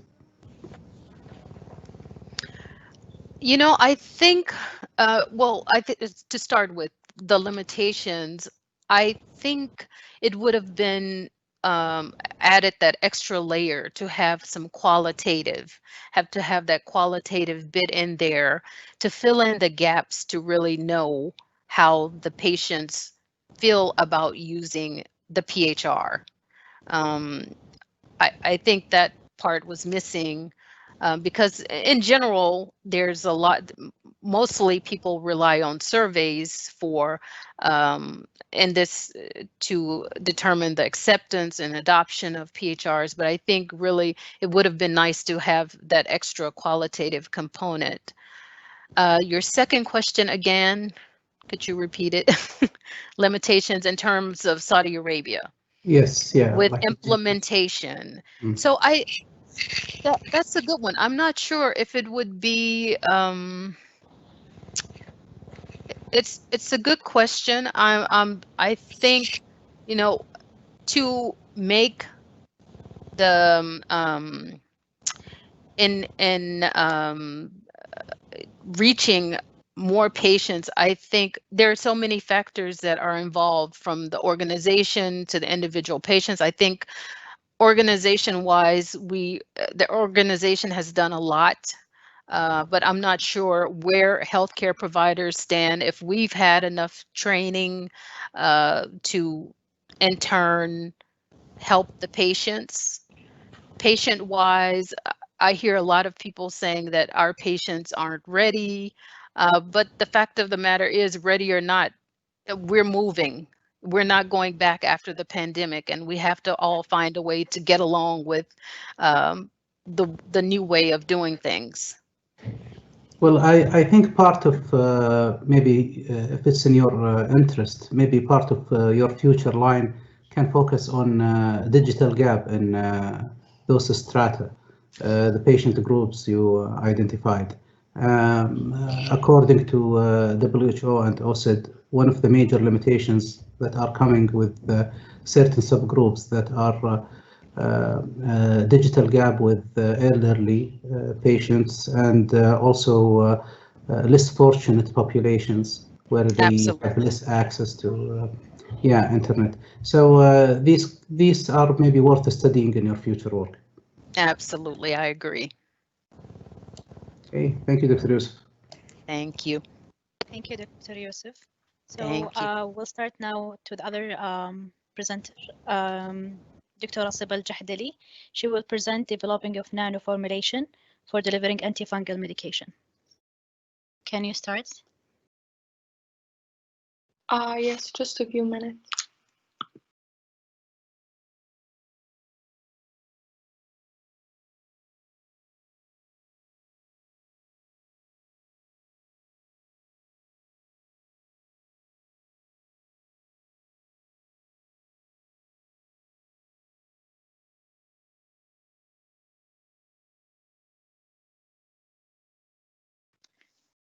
Can you share, please, your slides?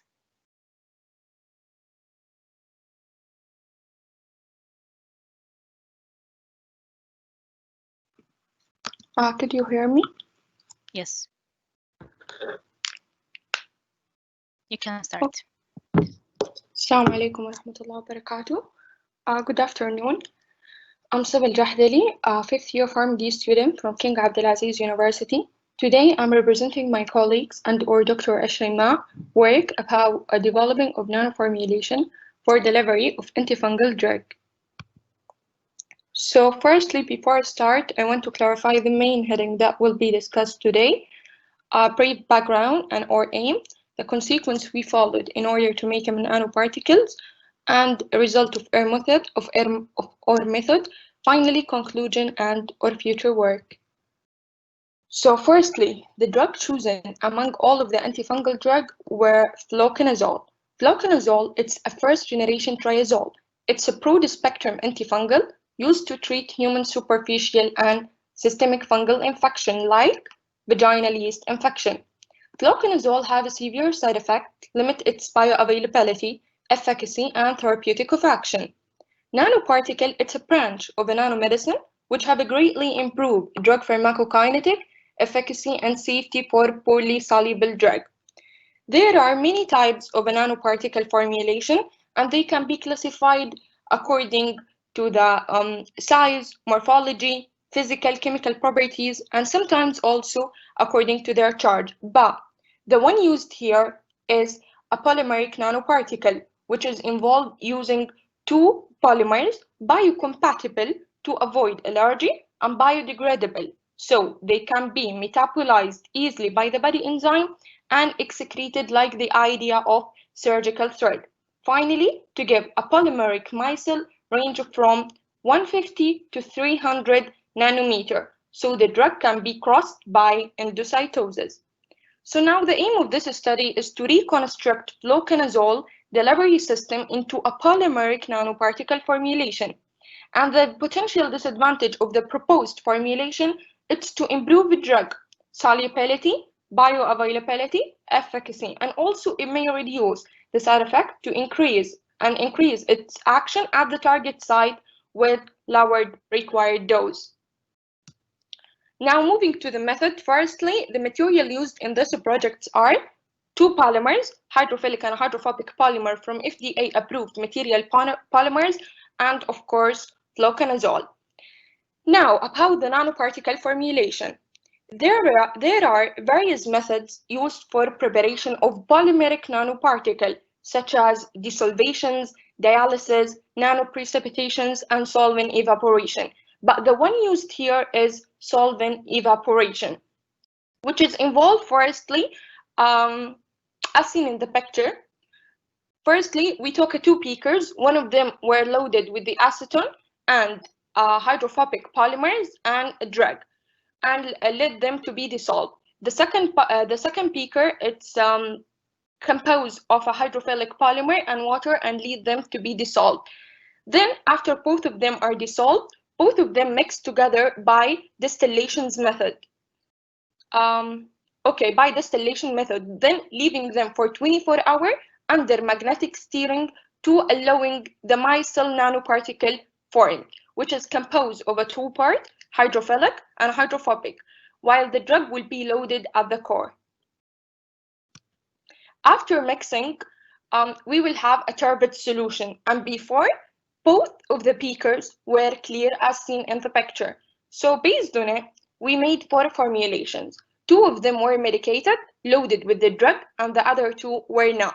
And the main difference between the 4 formulations are the different ratio of hydrophilic and hydrophobic polymers. For example, in Formula 2, medicated formula, the ratio were 1:4 hydrophilic to a hydrophobic polymer, respectively, while Formula 4 were 1:1.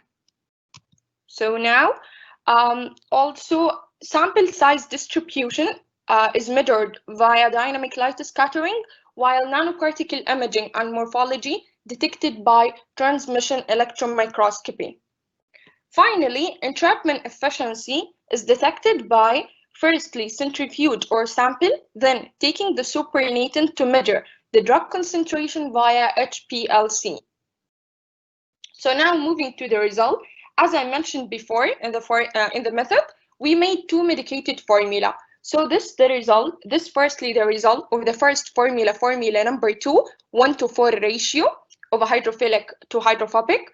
So firstly, this is the picture taken via transmission electron microscopy, which as seen, it's a micelle structure. While these 2 graphs are the size and charge of the formula, as seen, size were 210.2, which is within the goal mentioned in the introduction, between 150 and 300, while the charge were positive, and entrapment efficiency were 49%. Now, entrapment efficiency is measured by a specific equation for entrapment efficiency. Formula 4, medicated formula 1:1 ratio, also its morphology were micelle as seen, and its size were 337.1, while the charge were negative, and its entrapment efficiency were 29%. So, as I said before, we reconstruct the drug in a nanoparticle. Why? To improve its character. But we have always to balance between efficacy and safety, because one of the most common side effects of a nanoparticle is aggregations, which happen when 2 or more nanoparticles stick together and forming a cluster, resulting in precipitations leading to change in a drug profile and losing the nanoparticle benefit due to change happens in the size. So that's why we also did an accelerated stability study for 2 months to determine any change in the charge or size, resulting as seen in the table at a storage condition 25 degrees and humidity percent 40 to 60%. As seen Formula 2, where the medicated formula ratio 1:4, the charge after 2 months changed into negative, and its appearance become a turbid, while Formula 4 from the start they were negative, and their appearance were turbid also. So no change applying with them. So in conclusion, we are now done from characterizations and formulation for the 4 formula, which was fabricated successfully via solvent evaporation methods. Our future work is to perform in drug entrapment and release in vitro prior to in vivo study. Now I'm open for your question. Thank you. Take it off. It's very nice work. Well done. Dr. Ross, go ahead. Okay, Dr. Tamer, it's been a long day, and we don't want to be harsh on Saba.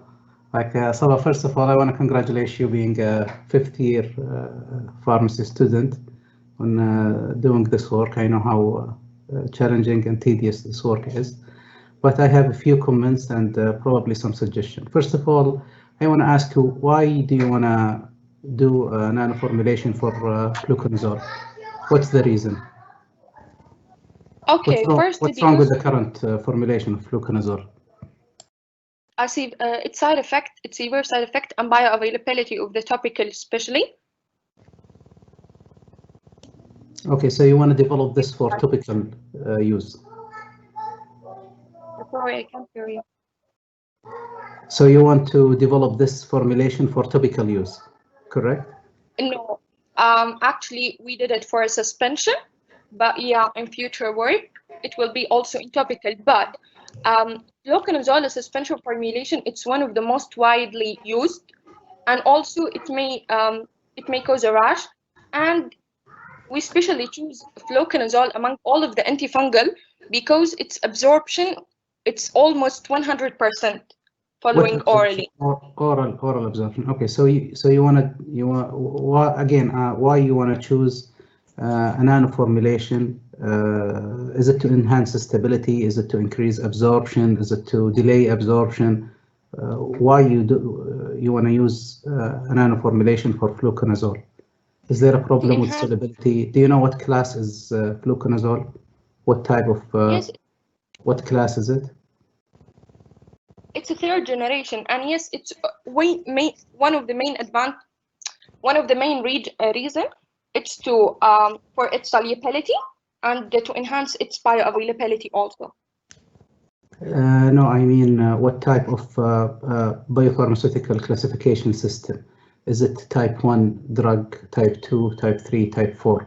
This depends on solubility and permeability. Okay, so maybe you go back to your professor and ask her what type, what class is it, because based on that you design your nano formulation to be either to increase permeability or to increase solubility. But I have a few comments regarding your experimental system. So if you bear with me, if you can go back to your experimental work, I want to show you, just highlight some issues. Okay, here, Siba, what you are mixing here are two different polymers. One of them is hydrophilic and one of them is hydrophobic. And the drug accordingly would be in one of the phases. Here, by definition, you are not making micelle, because micelles needs that the single chain of the polymer must have two parts. One part is hydrophilic and one part is hydrophobic, just as you draw here. So usually, or this is the way to do it, if you want to do a polymeric micelle, you would have to start with an amphiphilic polymer. Amphiphilic polymer means that the single chain has two parts. One part is complete block of hydrophilic polymer, and one part is complete block of hydrophobic polymer. This structure, when it is in aqueous media, it will self-assemble into polymeric micelle. So, do you know what type of particles you did? Because you made a particle, but it's not polymeric micelle. Okay, this is a colloidal system. Okay, another thing to know if you have a polymeric micelle or not. Usually, polymeric micelles are very, very, very small in size. They do not exceed 70 nanometer. They are smaller than liposomes. So what you got in size is about 200 nanometers. So this cannot be a polymeric micelle. It's a vesicle. It's a colloidal system, but it's not a polymeric micelle by any means. Does not mean that the formulation didn't work. It works, but it's not polymeric micelle. One more thing, so you have to keep in mind that size matters when it comes to nano products. So here you said the targeting size is 150 to 300 nanometer, correct? as I remember Yes. from your presentation. Okay, so you have to understand why did you choose this size. Now that you mentioned that you wanted the particle to be absorbed orally, do you think 150 to 300 nanometer can pass through the intestinal lumina passively? I guess it's not only depend on the size, it's also depend on the charge. But size is a has a major role in passing through barriers. We will go to charge, but usually when we design nano formula in this range, 150 to 300, we are targeting leaky vasculature, like if we will do an anti-cancer application. So this will help in anti-cancer application, not probably in this application if you are looking for a drug delivery system. However, your formulation can work very well as a solubilizer, and it can work very fine as a pharmaceutical solubilizer, as an additive in any pharmaceutical formulation. Going to your size, you mentioned that you had a positive particle and a negative particle, correct? Yes. So the zeta potential was positive. Okay, so do you consider this positive? Yes. I know. Okay, and the other one, you consider it negative. Yes. When will you consider neutral? In neutral, Hmm. we measure these by dynamic light scattering. This is by zeta potential. They are measuring zeta potential by electrophoresis. Dynamic light scattering is for the size. It's the same machine though, but now when will you consider a particle to be neutral? Only when you get zero charge? You will never get a zero charge. You will never get zero charge. Usually, Siba, you cannot consider anything positive or negative unless you have zeta potential either plus 30 or minus 30. Because between minus 30 and plus 30, everything is considered neutral.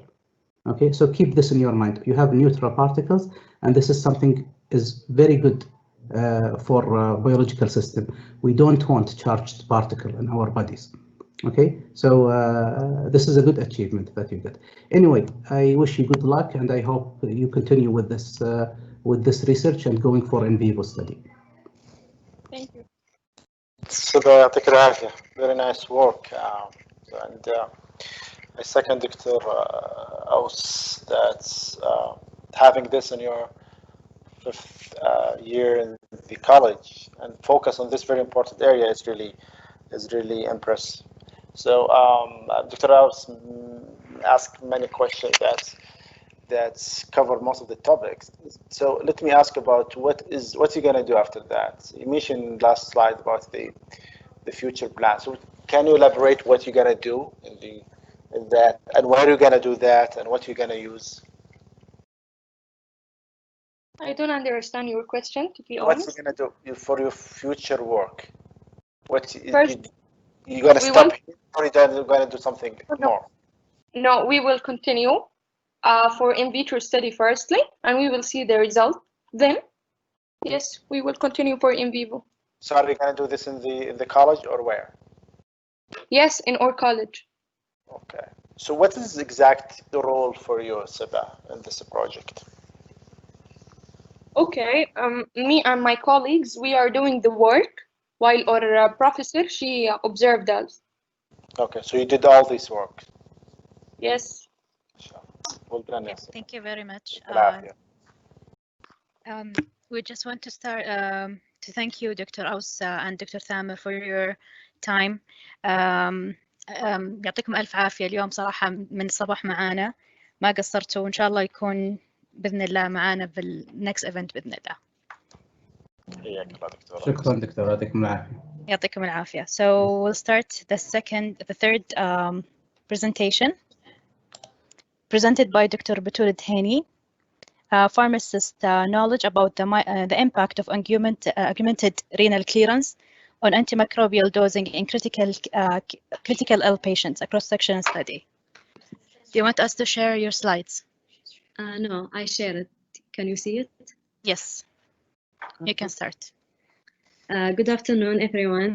I am Batul Dehnian, a PharmD.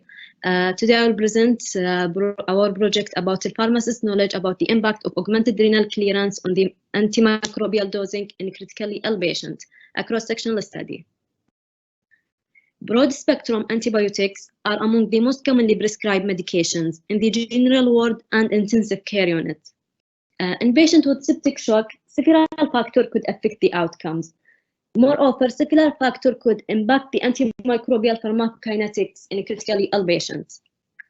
There is a misconception that only patients with impaired renal function need dose adjustment. However, augmented renal clearance, which is a phenomena that warrant dose adjustment in critically ill patients as well. Generally, augmented renal clearance is defined as creatinine clearance value greater than 130 ml per minute. In a multi-center prospective study conducted to determine the prevalence of ARC, the incidence was found to be 65%. And not surprisingly, the enhancements in renal elimination negatively affect the outcome. So, in order to optimize the antibiotic concentration in patients with the proven or probable ARC, the probability of pharmacodynamic target attainment can be achieved by either increasing the dose, changing the dosing frequency by either extending the infusion or utilizing continuous infusion, or combining of both approaches. ARC among critically ill patients is often going undetectable because it's associated with normal or reduced serum creatinine concentration. Identification of patients with ARC by estimating creatinine clearance using Cockcroft-Gault or modification of diet in renal disease has not been validated due to fluctuating renal function. On the other hand, using measured creatinine clearance through continuous urine collection of 2, 8, 12, and 24 hours have been studied. Still, the optimal length of collection has not been established yet. So our objective is to assess the pharmacist's knowledge about the ARC identification, predisposing risk factor, affected antimicrobial, and dosing of antibiotic in patients with augmented renal clearance. The methodology, in January 2020, we carried out a cross-sectional study by sending out an online survey to Saudi Pharmaceutical Society, Kuwait Pharmaceutical Association, and Oman Pharmaceutical Society. As you know, due to the expected low response rate, we administered an electronic questionnaire to pharmacists attending Dubai International Pharmaceutical and Technologies Conference and Exhibition, DUFAT. Content of the tool, the survey was not derived from any previously published questionnaire. So the first domain was the cover letter that provided general information about the purpose of the survey. The second domain consisted of demographic data, like age, gender, year of initial pharmacy license, and finally, are you a hospital pharmacist or not? The third domain served to ask hospital pharmacists if they had the experience to work as inpatient pharmacists. In case no was selected, respondents were directed to the end of the survey. The purpose of the fourth domain was to assess the general knowledge of the respondent about the augmented renal clearance. The question in the fourth domain was about the definition of augmented renal clearance. A branch logic was created to customize the path of the survey. Those who choose yes or I don't know were directed to the fifth domain, where they had to answer the status of serum creatinine in such a condition, predisposing risk factor, how to diagnose, which antibiotic more likely to be affected, finally, the dosing regimen of ubracillin, tazobactam, and meropenem to obtain probability target attainment of 85% or greater. 6 pharmacists with considerable experience in the field of pharmacy practice were invited to review the survey and to provide face validity. None of the invited pharmacists were members of the 4 professional societies.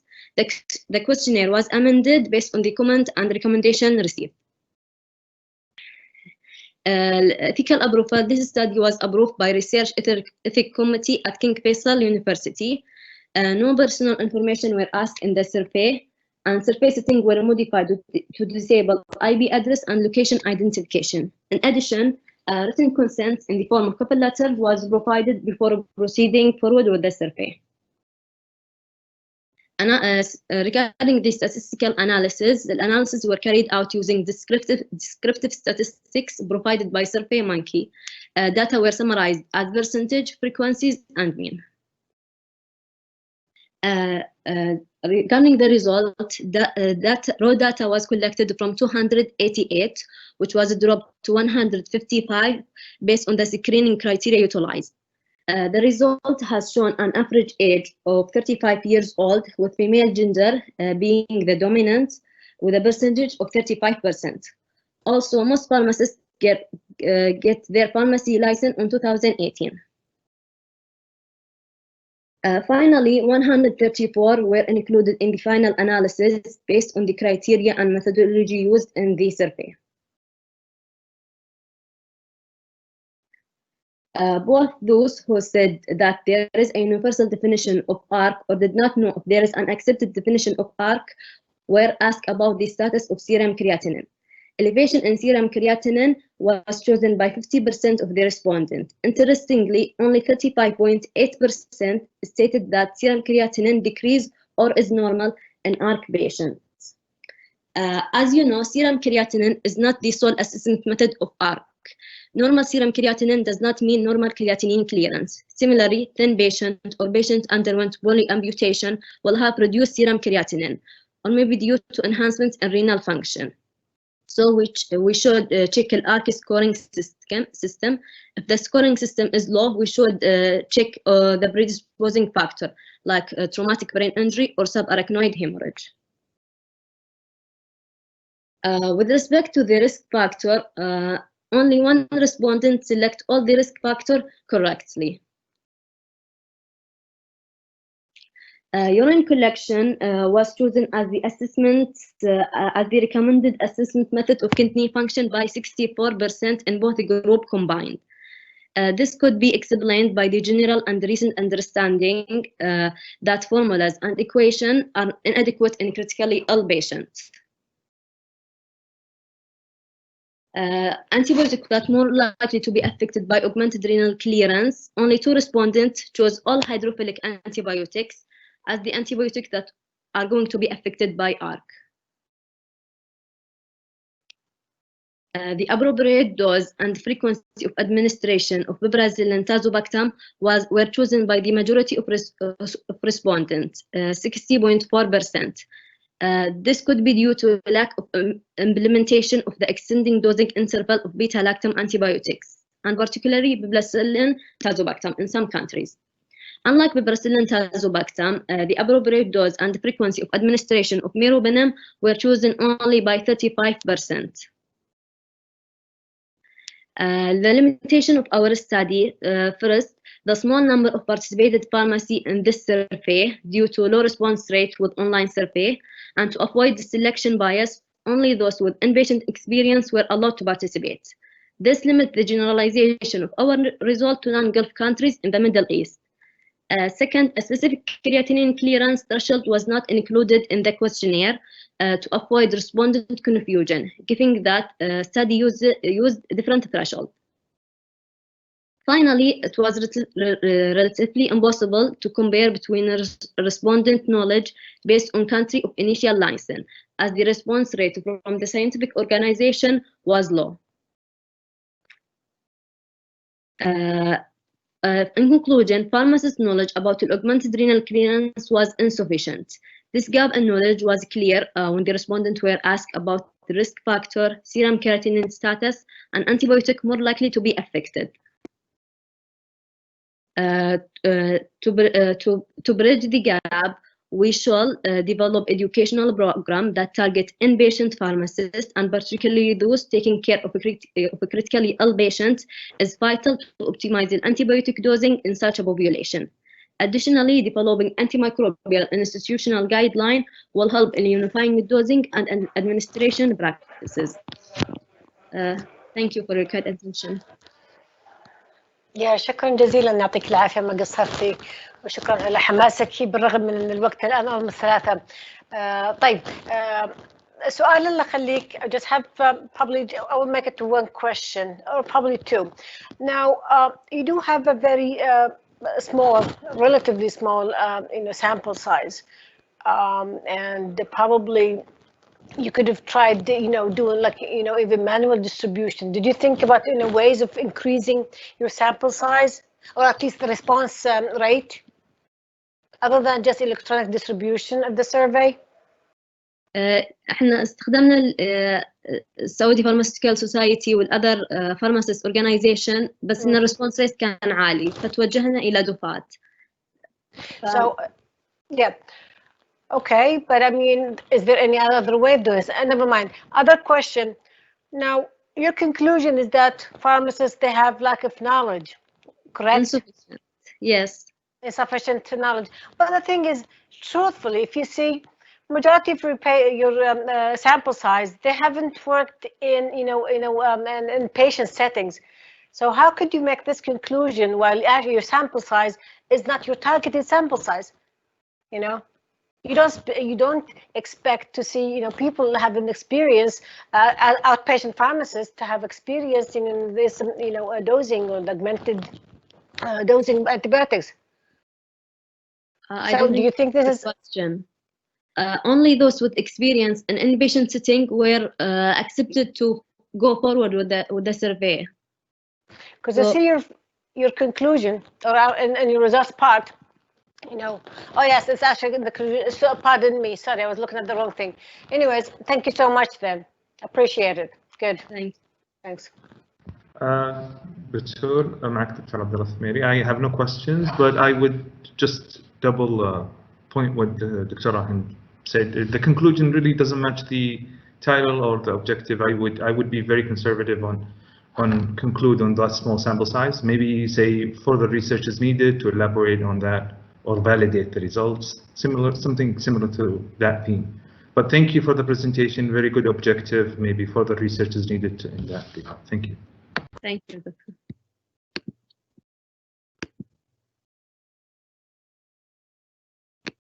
Okay, thank you. So we'll move now to the fourth presenter for today, Dr. Manal Al-Jahani. She will present appropriateness of thromboprophylaxis prescribing for elderly patients in Saudi Arabia Tertiary Hospital. Dr. Manal. السلام عليكم. السلام. صوتي واضح؟ واضح. تمام. Can you share your slides? Sharing هل هم واضحين؟ Yes, you can start. Okay. But can you just sure. Yes. Good evening, everyone. This is Manal Al-Jahani, and today I will present the project of our group, appropriateness of thromboprophylaxis prescribing for elderly medical patient in a Saudi Tertiary Center, Care Center. Is it a success or failure? First of all, I would like to start with a brief introduction. Venous thromboembolism includes deep vein thrombosis and pulmonary embolism, at which the inappropriate clot forms in a vein. This would lead to severe morbidity and mortality, which places a major disease and financial burden on healthcare systems. Although currently we do not have accurate incidence rates for VTE in Saudi Arabia, but assuming that we are comparable to other parts in the world, approximately 25,000 Saudis are affected by VTE annually. This is a cross-sectional single center study was conducted at King Abdulaziz Medical City in Riyadh, which is a tertiary care academic medical center with approximately 1,500 beds. Over a period of 6 months between October 2019 and March 2020, our main aim was to determine the pattern of VTE prophylaxis use and its appropriateness based on the ACCP recommendation. We included all hospitalized patients for more than 48 hours, elderly of 60 years or older, and medical patients, excluding any patient receiving anticoagulants for any other reason, a known contraindication for thromboprophylaxis, and or if a patient was diagnosed with VTE within the past 48 hours. The Padua prediction score was used to determine the patient's risk for VTE, at which it is a model that it is used to determine the hospitalized patient's risk for developing VTE of a score of 4 or more, making the patient is a candidate for thromboprophylaxis. And then the use of thromboprophylaxis was assessed against the ACCP recommendation. at which it includes pharmacological options and mechanical options. The pharmacological options include a low dose of unfractionated heparin and a low molecular weight heparins. For those with contraindication to the pharmacological options, there is the mechanical options as the compression stockings, as well as it could be used for those for high risk bleeding. At the time of the study, 698 patients were admitted. Of those, 369 met our inclusion criteria and 302 were excluded. Our mean age was 75%, and the most of the 43% were female genders. Also, we collected the data regarding the pre-existing comorbidities. Hypertension, reporting 79%, was the most commonly seen comorbid condition, followed by diabetes as 75% and chronic kidney disease as 35.4%. At that time, the most common reason for admission was infectious, seen as 18% in pneumonia and 11% in urinary tract infection. For the patients who received VTE prophylaxis, 79% of them received heparin. For the risk factors for VTE among our subjects, 68% of them were of age of 70 years or older, followed by 64% of reduced morbidity, mobility for three days or more. And then they were followed by acute infection for rheumatological disorders of around 60% of the sample, of the patient sample. Lastly, heart or respiratory failure was reported in 32% of the patients. In regarding to the thromboprophylaxis use, the appropriateness of its use, patients were grouped as appropriate and inappropriate use. The patient was determined to be appropriate if he or she was eligible and received the appropriate dose and type of thromboprophylaxis. The whole appropriate group was appropriate use of the thromboprophylaxis was seen in 72% of the patients of the study sample. Reported most of them around 97%. They were eligible, they received the appropriate dose and type of thromboprophylaxis. In contrast, the inappropriate use of thromboprophylaxis was seen in 27% of the sample. This included ineligible, most of them were ineligible, but they received thromboprophylaxis anyways. That was seen in 85% of the inappropriate group. The patient's risk factor, the patient's clinical characteristics and risk factors for VTE development was checked to check the association between the inappropriate use of thromboprophylaxis using univariant and multivariant logistic regressions. For patients who had VTE PADUA score of less than 4, they were much more likely to receive inappropriate thromboprophylaxis compared to those who had a high risk of developing VTE. For patients of age of less than 70, they were more or less like the patients of age more than 70, they were much more less likely to receive inappropriate thromboprophylaxis. The same thing applies to those with active cancer, history of VTE, and reduced mobility for 3 days. However, when we run the multivariant logistic regression, all the risk factors became insignificant except for the acute infection and rheumatological disorders and the PADUA score. They remained significant within the same direction. For an association for inappropriate thromboprophylaxis. To conclude, the VTE incidence among hospitalized patients is a major and preventable health condition at which it would place it to be avoidable financial burden on any healthcare system. We found out that the thromboprophylaxis among high-risk elderly patients were fairly adequate. However, there was a large proportion of low-risk patients were exposed to unnecessary risk through the inappropriate overutilization of thromboprophylaxis. Therefore, all healthcare providers need to be reminded of the importance of accurately assessing the patient's risk before administering thromboprophylaxis. Thus, the appropriate decisions are made to avoid any over or underutilization of thromboprophylaxis. And that's it. Thank you for your time and for listening. يعطيك العافية والله شكرا. That's actually a nice presentation and nice actually study. So what are you planning to do with these findings? Almost 30% of elderly population receiving unnecessary thromboprophylaxis. I think that we can emphasize the appropriate use of venous thromboembolism use in patients. Maybe we can do some continued lessons, continued medical education lessons, or just to maybe clinical pharmacists and that in these words can have much greater help in emphasizing the appropriate use of thromboprophylaxis in patients. Well, anyways, emphasizing the whole thing, I mean, sometimes it's not really effective. You need like a forcing function, something that actually force people to follow guidelines. Did you check the DVT prophylaxis guidelines that you have in the institution? Yes. And did you match it to the study? Like your criteria to make the findings on eligible or ineligible criteria? Because maybe the problem is actually in the DVT prophylaxis guidelines. I think, yes, it could be, but if we could go back to the DVT prophylaxis guidelines implemented at the hospital, it could be modified or just built in the system to be just similar to the protocols to be selected. So the problem is not in the the guidelines that are institutional guidelines. That's why you can implement them. I didn't get your question, sorry.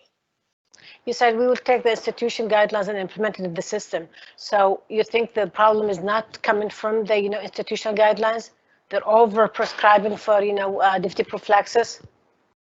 It could be, yes. Or it could be the that the patient's risks are not actually 100% correctly identified.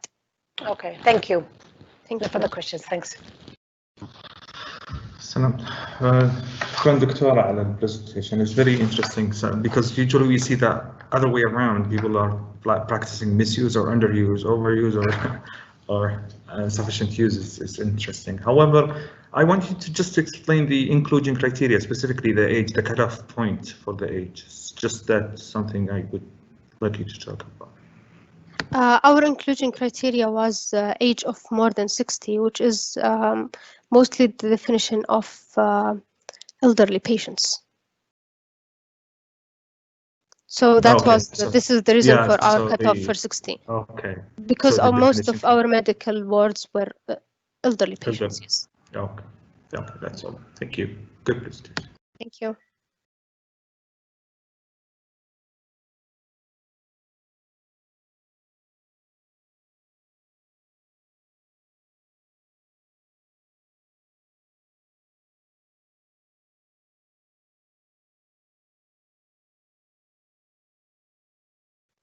Okay, thank you very much. So we'll start our fourth session for today.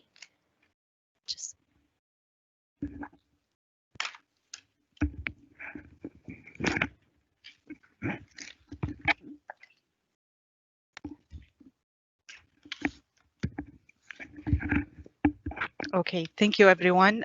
We are really sorry for the technical issue. We are starting a little bit behind.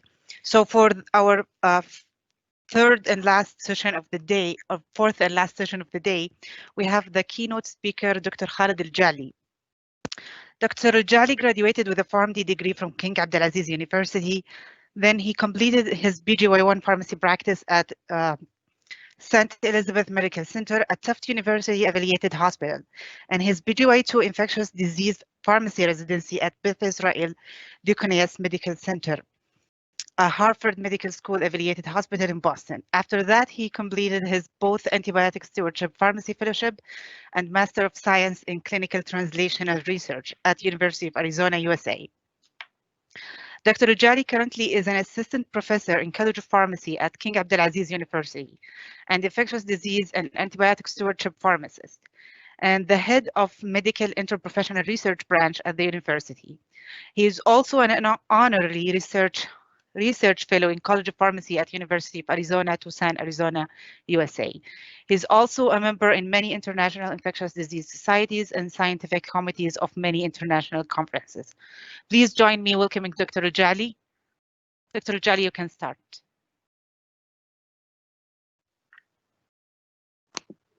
Assalamu alaikum.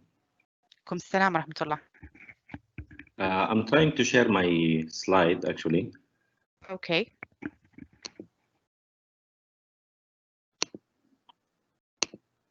Let us know if you can't.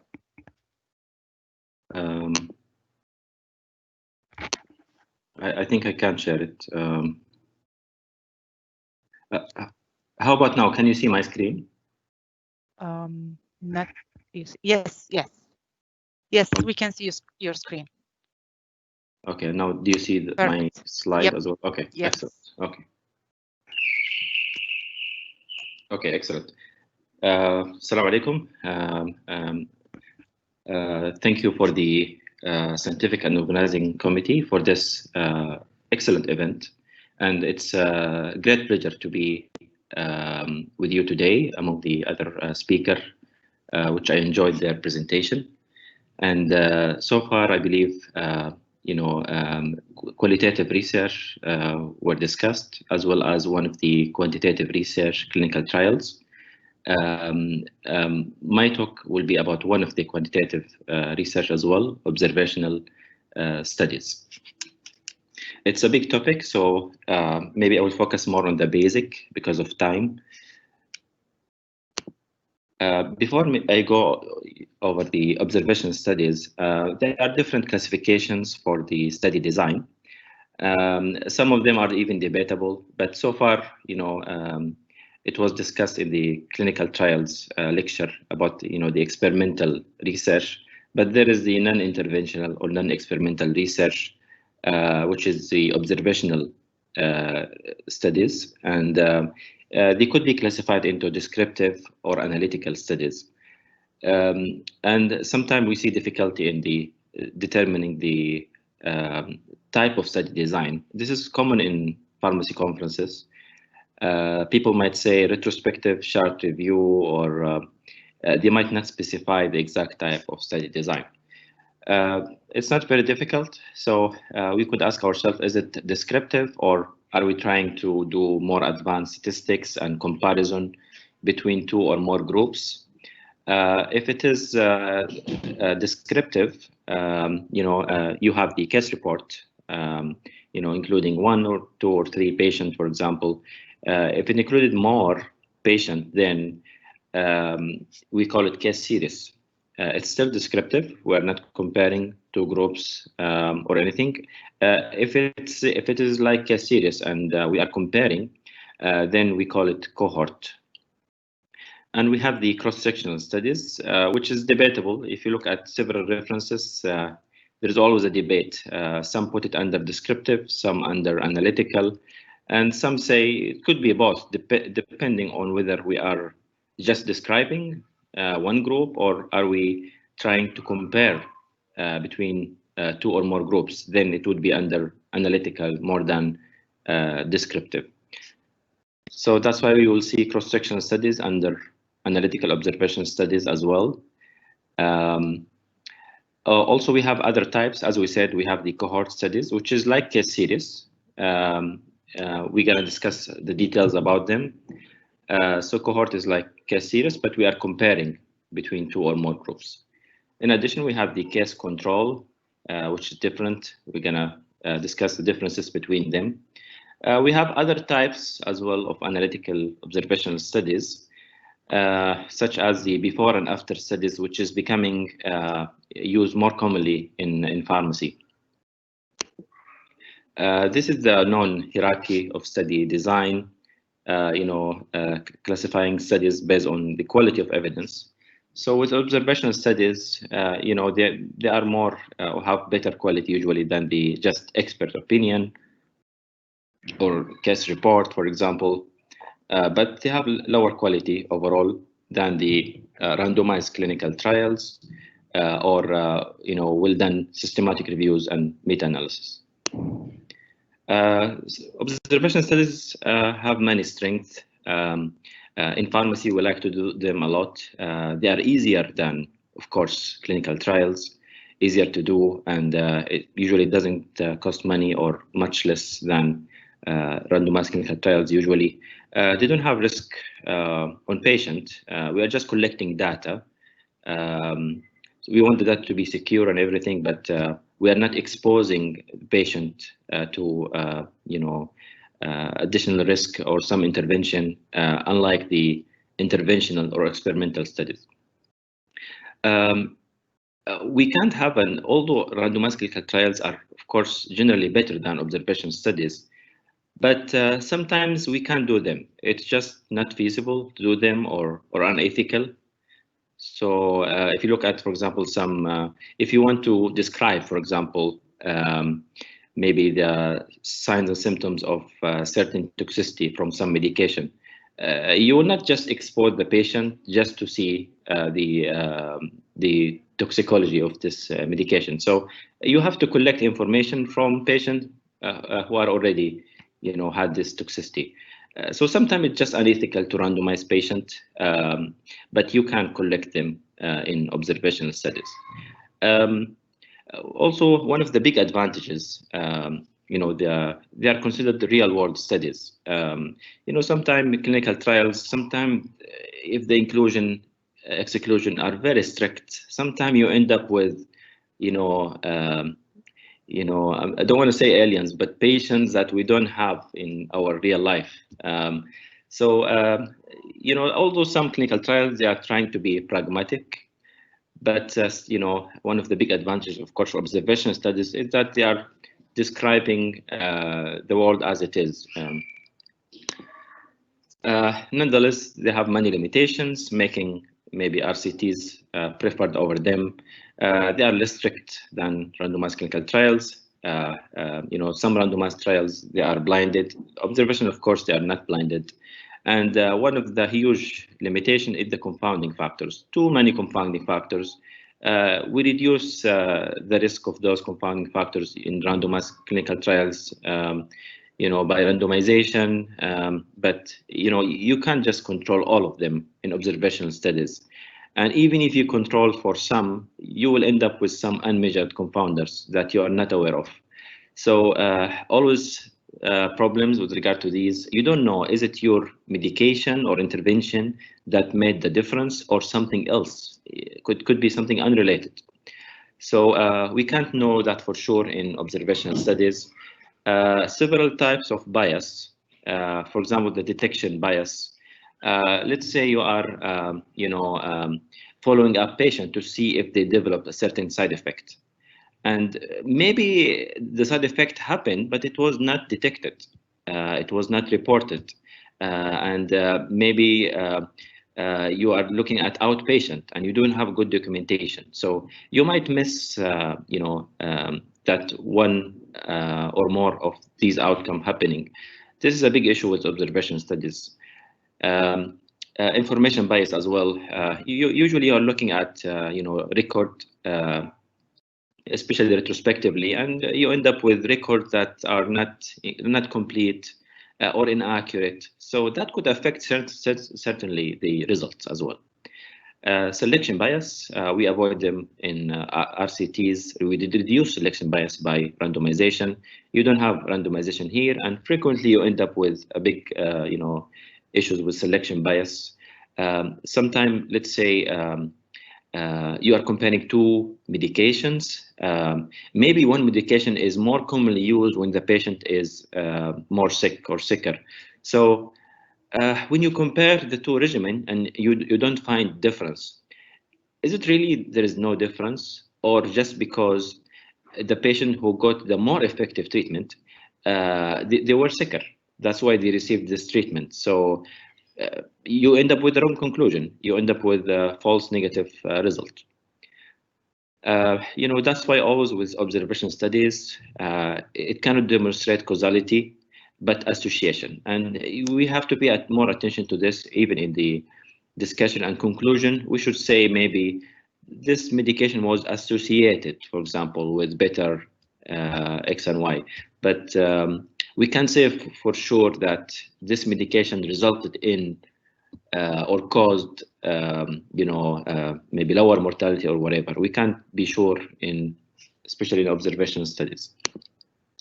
With regard to the confounding, very important. This is the definition of confounding variable, is that it is an extraneous variable in a statistical model that correlates whether directly or inversely with both the predictor and the outcome. In RCTs, we can establish causation, but not in observation studies, as we said, mainly because of these confounders. We can reduce, we cannot eliminate, this confounding, but we can reduce, and this is recommended, if you want to publish in most reputable journals, likely they will not accept, the comparison, especially if you have differences in the baseline characteristic without doing, some statistical adjustment, like, regression, for example, or propensity score matching. Some projects are rejected by some journals just because they say, well, there are differences in baseline characteristic, and you didn't try to, adjust. So sorry, we are rejecting the paper because of this reason. With regard to the cross-sectional studies, as I mentioned, there are some, debate. It depends on the reference. But some people are okay if you call it descriptive cross-sectional study, then it's clear, like the questionnaire, for example. But if you distributed this questionnaire into like maybe 2 groups and you compared, then it become analytical. I don't want to go over the details over this debate, but just to let you know, it's debatable. Cross-section studies, from the name, you're taking a cross-section. It's a snapshot. All measurements on the included subjects are made at one particular point in time. So it's a cross-section. And that's why it can tell you about the prevalence. So not the incidence, and we'll mention the difference between those, but it will tell you the prevalence. What is the percentage of patients who had this, for example? One of the common data collection method, of course, is the questionnaire. So the questionnaire most of them, they are descriptive cross-sectional studies. In the cross-sectional study, we are collecting, we have the exposure and outcome at the same time. It's unlike the case series or cohort where we follow up the patient to see later in the future when they develop this outcome. No, in cross-sectional, like you do in the questionnaire, you collect everything at one time. There is no follow-up for the outcome to happen later. This is the difference between incidence and prevalence. As you see, the prevalence is what you have now. What is the percentage of a population who had, this outcome? Incidence is only the new cases. So, for example, now in this presentation, the number of people we have now is the prevalence. Anyone joining until the end of the lecture later, it is incidence. Some examples, I'm going to share some examples from studies we published or other people published. This is a cross-sectional study, but the descriptive type, not the analytical type. It's a very simple study. We are not comparing anything. We just try to see in one of the hospital, what is the percentage of patients when they, receive fluoroquinolone or tetracycline. As they can cause chelation with divalent or trivalent cations like calcium, aluminum, etc. So we look to see, when those are giving to the same patient, how many times they separate between them. And we found, more than, I think, 3/4 of them, unfortunately, they received those at the same time. So we are just highlighting a certain problem in practice. We are not trying to compare. Some of them, they don't reach to, very high ranked journals, but some of them do, like this study we published 2 years ago. So this one, even though it's descriptive cross-sectional study, it made it to, the fourth higher ranked journal in infectious disease, which is Clinical Microbiology and Infection by ESCMID. So this is descriptive study, but I think what helped us in publishing in this journal is the sample size. We used a database which have millions or billions of visits, and we looked at what is the as we said here, the prevalence, right? So cross-section study, we are talking about the prevalence, not the incidence. So the prevalence of contraindicated drug interaction in United States, and believe it or not, more than 1.25 million visits over 7 years. Unfortunately, the patient received a contraindicated combination involving an antimicrobial. So, some interesting finding, not expected, and big sample size. I think that would help us in publishing in this prestigious journal. One of the also descriptive observation study, as you said, is the case report. Case report is easy. I don't want to spend time on it. Just an example. So basically, we found a child, autistic child, who drink, milk or formula, which has also minerals, fortified formula. So we found that a new drug interaction that nobody reported before. When we added the ceftonir to the nutritional formula, the color changed to purple. We did not find any case report published anywhere, and we tried to ask experts. Nobody, told us about this. So maybe people know, but maybe nobody published. So we published this case report. First introduction, and then you tell the story, a case report, and then you give discussion, and you try to explain why this happened. And we did this, small experiment. We added, the nutritional formula with the antibiotic ceftonir, and to prove something, to prove this is because of iron.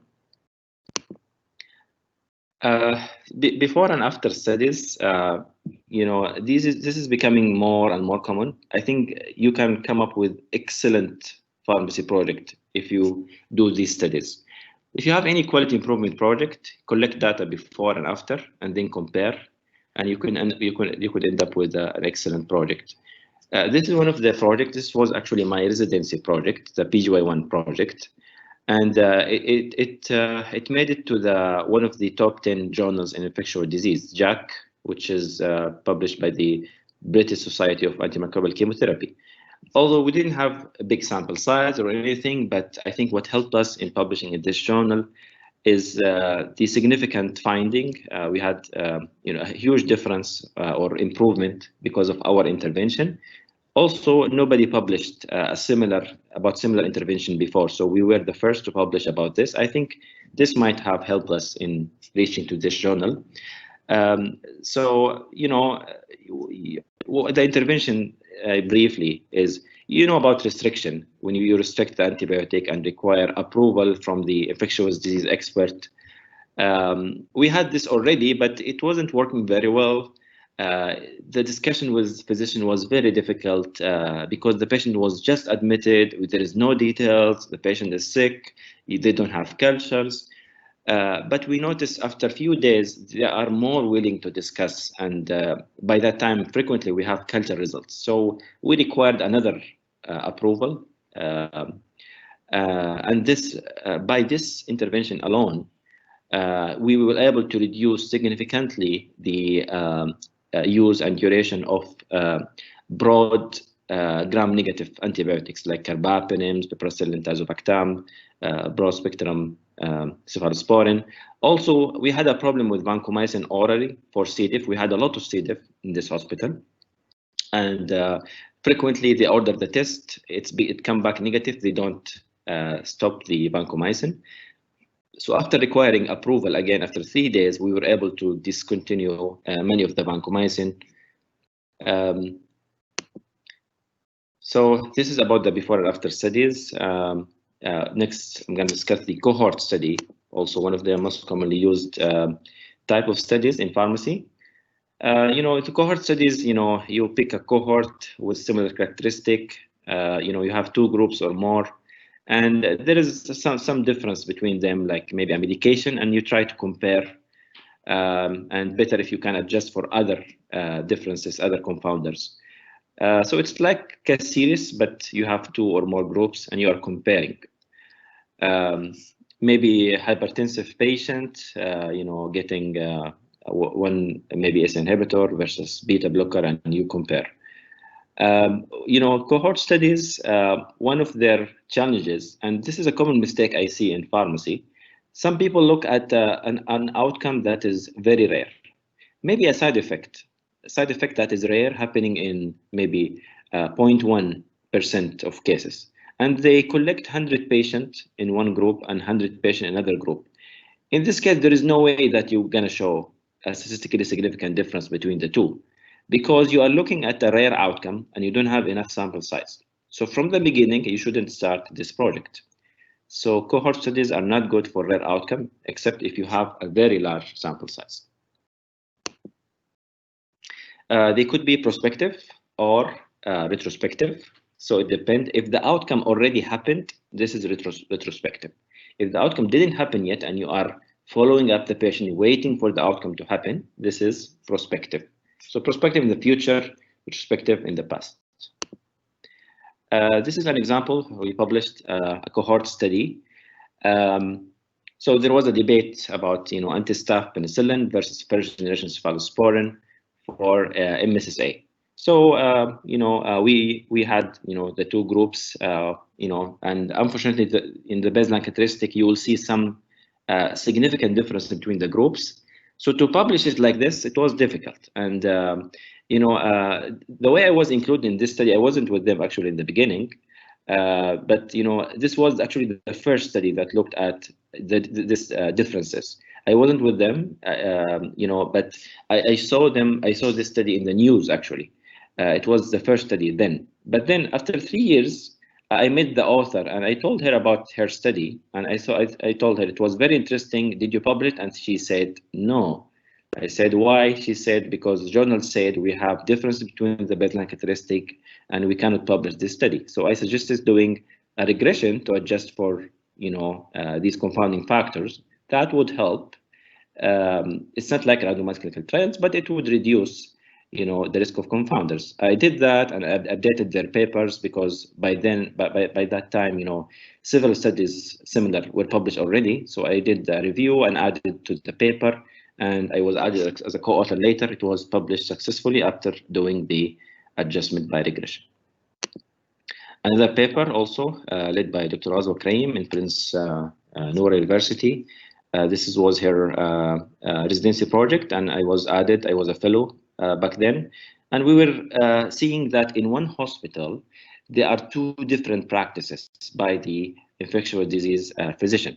Some of them, when they have a C. diff case, even though it's uncomplicated, they say, well, the patient is a solid organ transplant patient. I'm going to treat it as if it is a complicated case. I'm going to give a combination, vanco and metronidazole. Others say, well, no, that's not enough reason for me to use a combination all the time. I'm going to use just vancomycin. So we compared between the two, and we did also, as you see here, we did here the multivariable logistic regression and end up with, an adjusted odds, ratio here. And we did not find, a difference between the two practices. Another type of cohort, this is a study also we published. We looked at the, if you look at all the studies with corticosteroid, they are looking at patients who received corticosteroid multiple doses. And always a question come in on rounds is whether one dose of corticosteroid can increase the white blood cell and for how long. And when I look at this question, I don't find an answer. So we decided to do the study. And here you might ask me, well, where is the comparison group? It's only one group. Actually, the same patient is the comparison for himself or herself, because we are collecting readings on the same patient before and after. So the white blood cell, what it was before and what it was after. And then we compare. So here we don't have a separate, group of patients. The same patient are used as a comparison. Of course, here you have to use a different type of statistics. For example, if you're going to use t-test, you have to use the paired or dependent or related t-test, not the unpaired t-test. Case control studies, I haven't published one before, honestly. Generally, it has lower quality than cohort, and you use it only if you have a rare outcome. This is most of the time, and if you look at risk factors. So this is a type of epidemiological study to identify risk factors. And one of the issues with this type of study is that you cannot look at several outcomes with case control study. You have to decide one outcome and stick with it.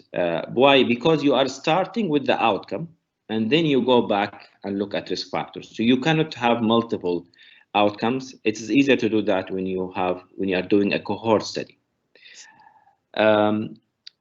Case control, be careful, because you are looking at the patient who already had the outcome in one group. So you cannot actually estimate the incidence nor prevalence.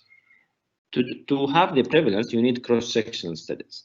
To have incidence, you can do it through the case series or cohort, but not the case control.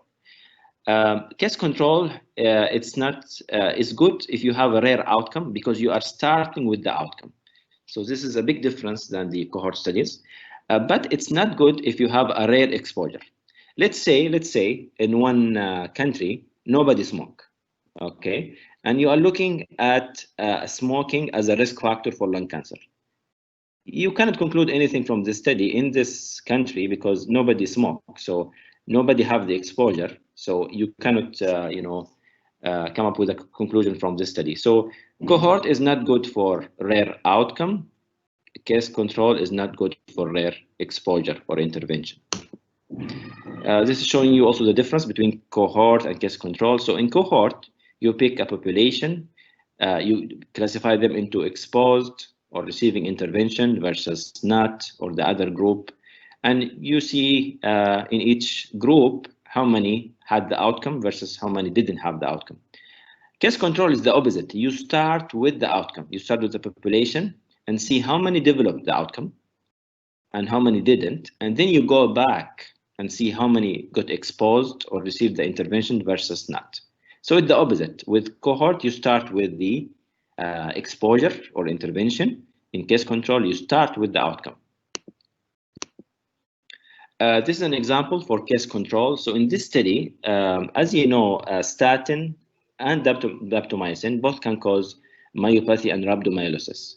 So this study tried to look if the if statin co-administration increased the risk of daptomycin-associated myopathy. As you see here, the number of patients is very small, right? Why? Because it's very difficult to find a patient who had rhabdomyolysis. This is something rare. So in this case, case control is appropriate. If you did the cohort study, even if you have 500 patients, you might not find any rhabdomyolysis cases. Here they did the multivariate regression, as you can see. And if you look at here at the statin co-administration, it was statistically significant, 0.03 p-value, less than 0.05. So this means statin co-administration is predictor or risk factor for rhabdomyolysis in patients who receive daptomycin. This is all, again, showing you the differences. So cross-sectional, the exposure and outcome is now at the same time. Like when you have a questionnaire and you collect the information, that's it. Cohort, you have to wait for the outcome to happen. If it didn't happen yet, it's prospective.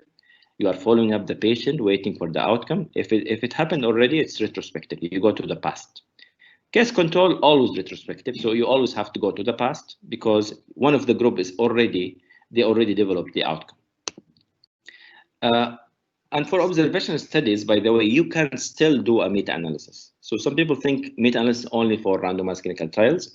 You can do it even for observation studies. This is one meta-analysis we published, and it ended up in a very good journal with impact factor about 5, one of the top journals in infectious disease, even though it's not meta-analysis of randomized trials. Yeah, this was the first meta-analysis that looked at the safety comparing anti-staph penicillin versus cefazolin, and we found that anti-staph penicillin were associated with higher nephrotoxicity, hepatotoxicity, hypersensitivity reaction, and discontinuation due to side effects.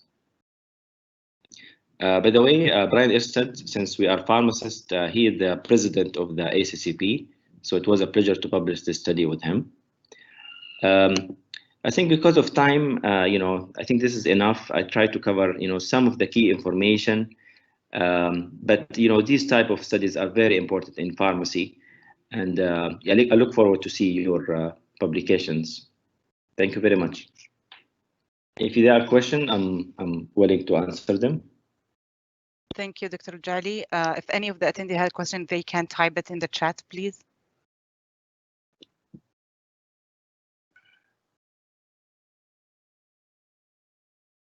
Okay, and until we have questions, Dr. Jali, we had the question for you. What would you recommend for the undergrad student, pharmacy student, or any medical field student that want to start their research career to start with, as far as a clinical design or study designs? Sorry, can you repeat the question, please? Sure. What will be your advice to the undergrad students in terms of study design to start their research career with? You mean which type of study design to start with? Yes. Okay, excellent question. This is one of the common questions. I don't think you have to specify a specific type of design. You can work with your supervisor. Always in the beginning, please always work with the supervisor, because I see a lot of students that like to start with themselves without a supervisor. I don't think this is a correct practice. You really need a supervisor who's going to teach you a lot in the beginning, especially. So which type of design, it depends, but don't start with the randomized clinical trials, at least first. You can publish a case report, would be very nice in the beginning and help you with the writing. You can work on several types of observational studies. I think any type of observational studies would be good to work on as a student or early researcher. I wouldn't start with any clinical trials at this point. But yeah, case report, case series, cross-sectional, case control or cohort. Although with cohort and case control, you will need statistics, so you will need some help, whether from your supervisor or you can work with someone with experience in statistics. Thank you, Dr. Jali. I think we don't have any other questions from the audience.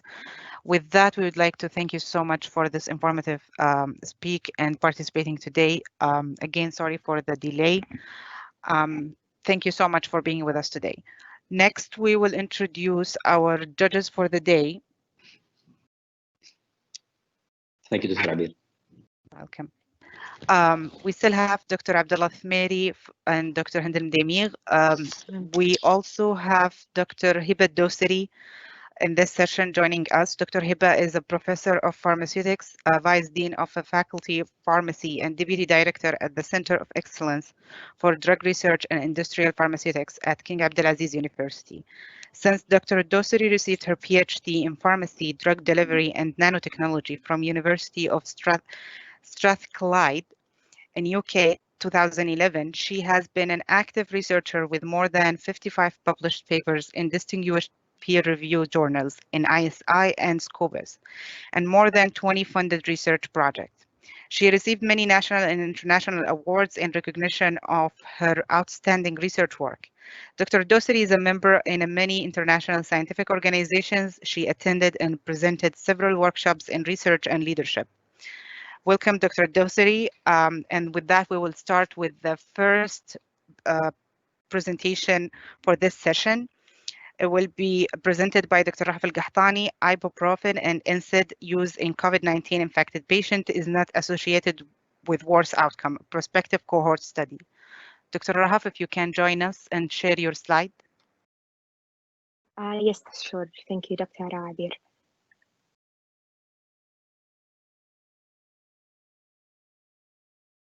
So can you see my slides? Yes. Okay, perfect. Thank you. Can Good start. Okay. So good afternoon, everyone. This is Rahul Gahtani, R2 pharmacy resident in King Abdulaziz Medical City. And as Dr. Abir said, our title is an ibuprofen and NSAIDs use in COVID-19 infected patients is not associated with worse outcomes. We conducted a prospective cohort study. So listed here, I have my team members who helped me out on this research. So I like to spend sometimes starting off by explaining why we were interested in doing this study. So we heard during the beginning of the pandemic how people around the world were panicking due to talked about the possible lockdowns. So we saw how people responding by stocking up on food, essentials, including medications, and that including things like acetaminophen and ibuprofen. So basically anything that's used for a fever or common cold. So as you see in this picture, pharmacy shelves being emptied for these drugs during the first phase of the pandemic. But later on, interestingly, we heard in the news warnings and concerns that ibuprofen and other drugs on the same class called non-steroidal anti-inflammatory drugs are unsafe in COVID-19 patients, and it should be avoided. And this really spread fast. So this news we saw like many other issues during the pandemic. The social media really played a crucial role in the misinformation. So it turns out what fueled this whole story is a tweet from the French health minister who tweeted that ibuprofen could make the infection worse. So that's it.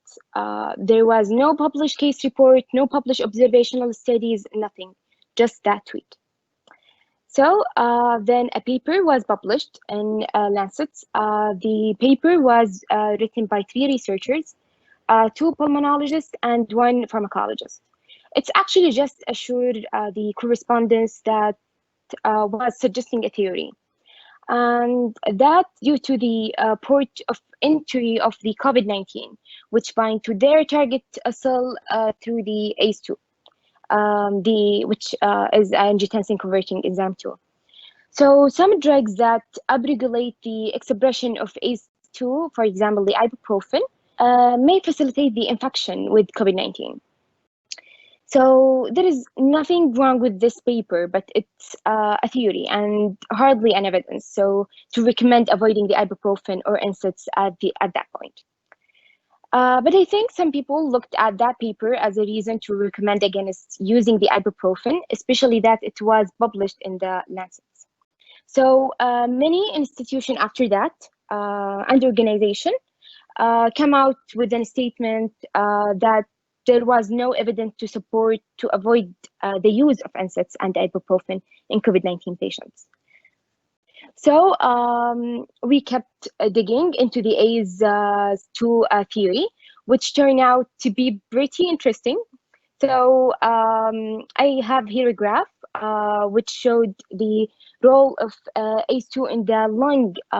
In the lungs is actually seen in animal study to be protective against the viral lung injury. And that's by the negative inhibition or the breakdown of the angiotensin 2, which is known to cause the lung injury.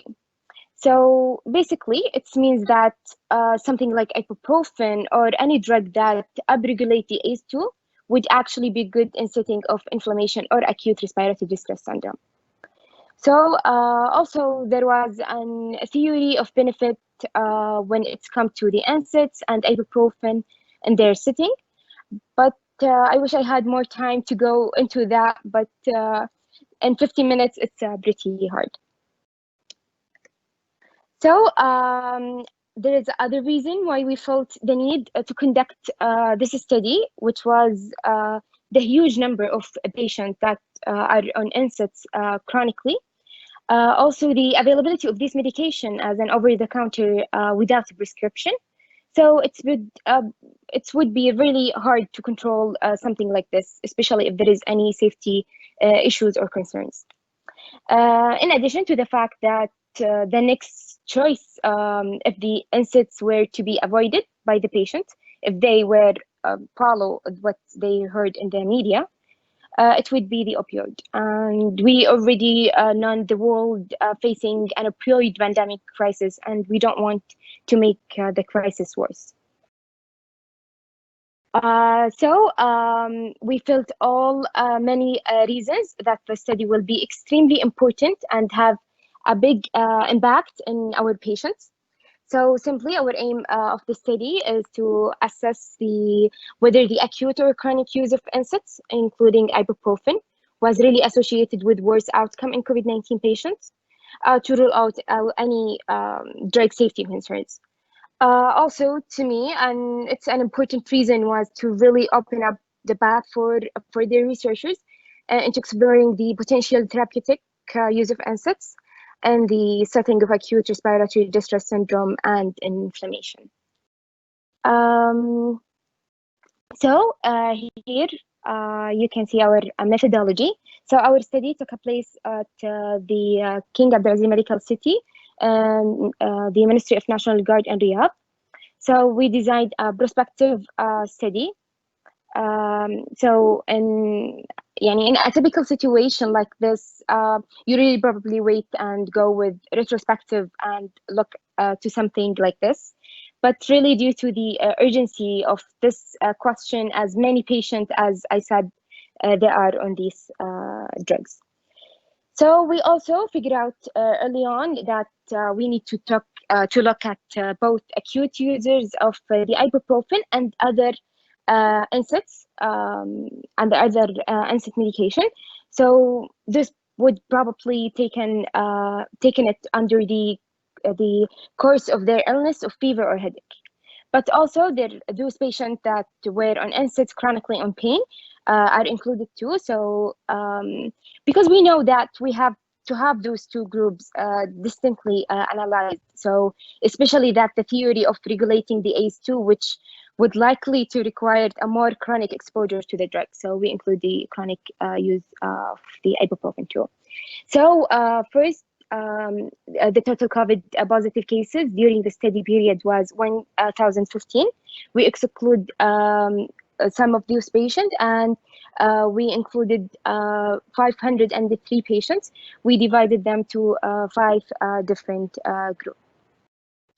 So another important methodological design we felt was important and unique in our study, that was we called every single patient to identify them as an NSAID users or non-users, which is really important since these drugs, as we said, are available OTC.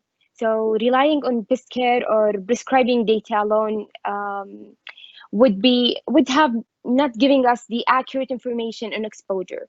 So every single 503 patients that we including in our study were interviewed by phone call. So we can find out if they have taken NSAIDs. We also asked about the onset of symptoms and other things like if they have a fever or not. Then we followed them prospectively, each of these patients for multiple outcomes. For the primary outcome was a 30-day mortality. For the secondary analysis, we include a severe COVID-19 infection, hospital admission, also the time of clinical improvement, oxygen support requirement, and length of hospital stay. And something special we also do in our method was similar to what was using in clinical trial, that we use the time to clinical improvement, which is the ordinary score recommended by World Health Organization for COVID-19 trials. So we followed all admitted patients until discharge or death, whichever came first.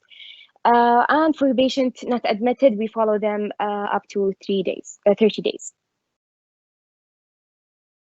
So for the results, for the baseline characteristics, as we said, we divide them to 5 different groups. The first group were the patient who used the ibuprofen only during the infection, which was 40 patients. the group 2, which is 17, who received other aspirin and non-steroidal anti-inflammatory drug acute use during the infection. Group 3 were the chronic and NSAIDs use. Group 4 with acute and chronic NSAIDs users combined together.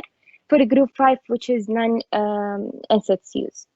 So of the 503 patients, including, as we said, 40 in the first group, we found that the chronic NSAIDs users were older than the non-steroidal anti-inflammatory users, 57 years versus the 36 in the non-inflammatory users.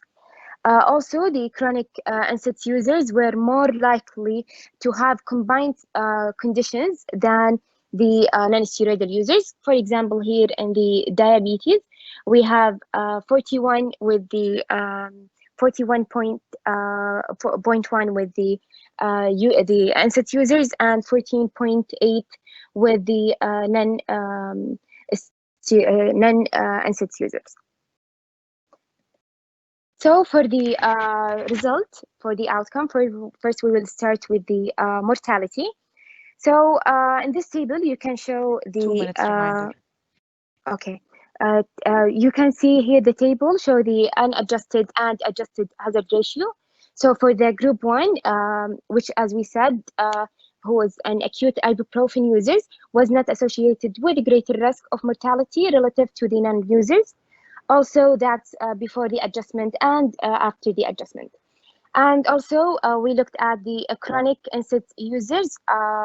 The group 3, again, there was no association risk of mortality for before or after the adjustment.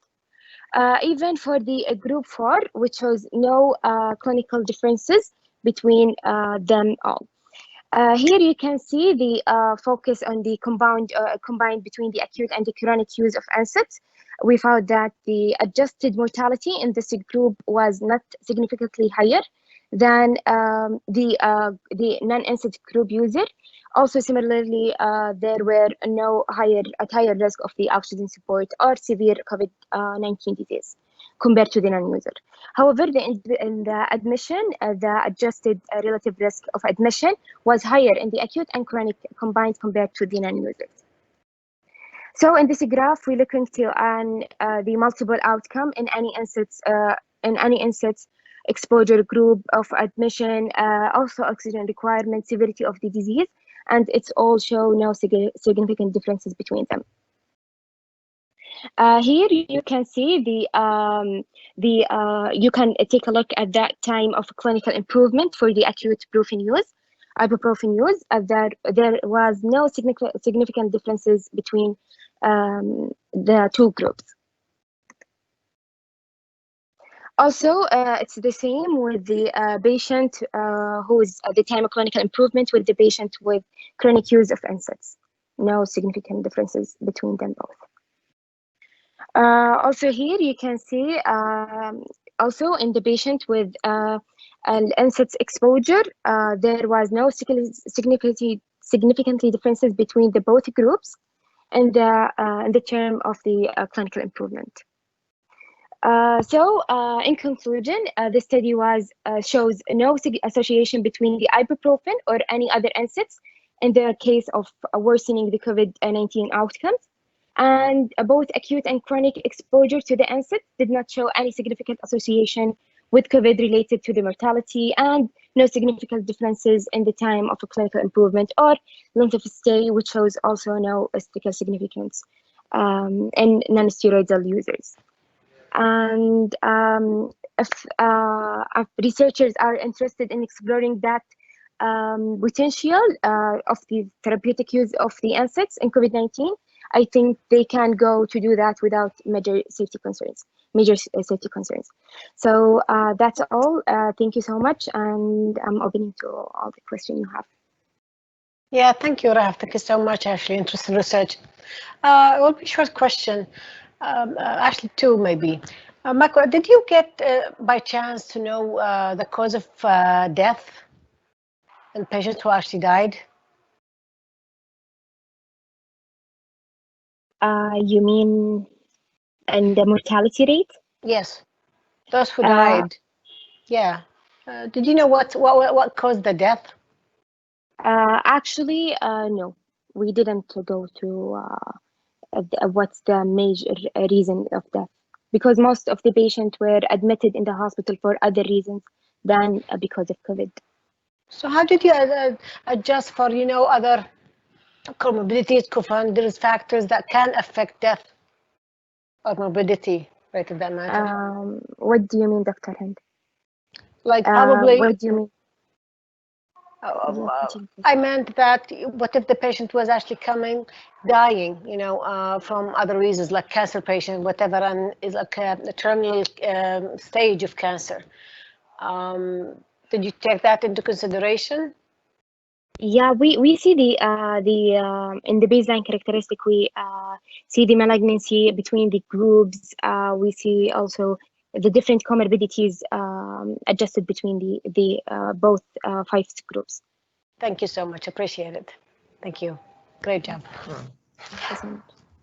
Rahaf, Anna, I have a couple of questions, but I actually would like to see the slides that have the groups in a blue graph. This one, just no, yeah. This one? Yeah, this one. So 503 patients were included, COVID tested positive, right? So the groups are independent? Yes, different group with each group with different number, yes. Yeah, because if I have done the math correctly, the total will be 600, over 600 actually.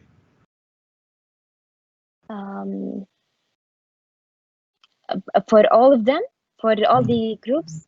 Yes. I didn't calculate it now, so but what I know when we divide them. them. Yeah, so I thought there was an overlap between 2 groups. I thought that maybe that. Another thing is the excluding. Maybe because the group 4 is having a combined, the acute and the chronic user of the NSAIDs.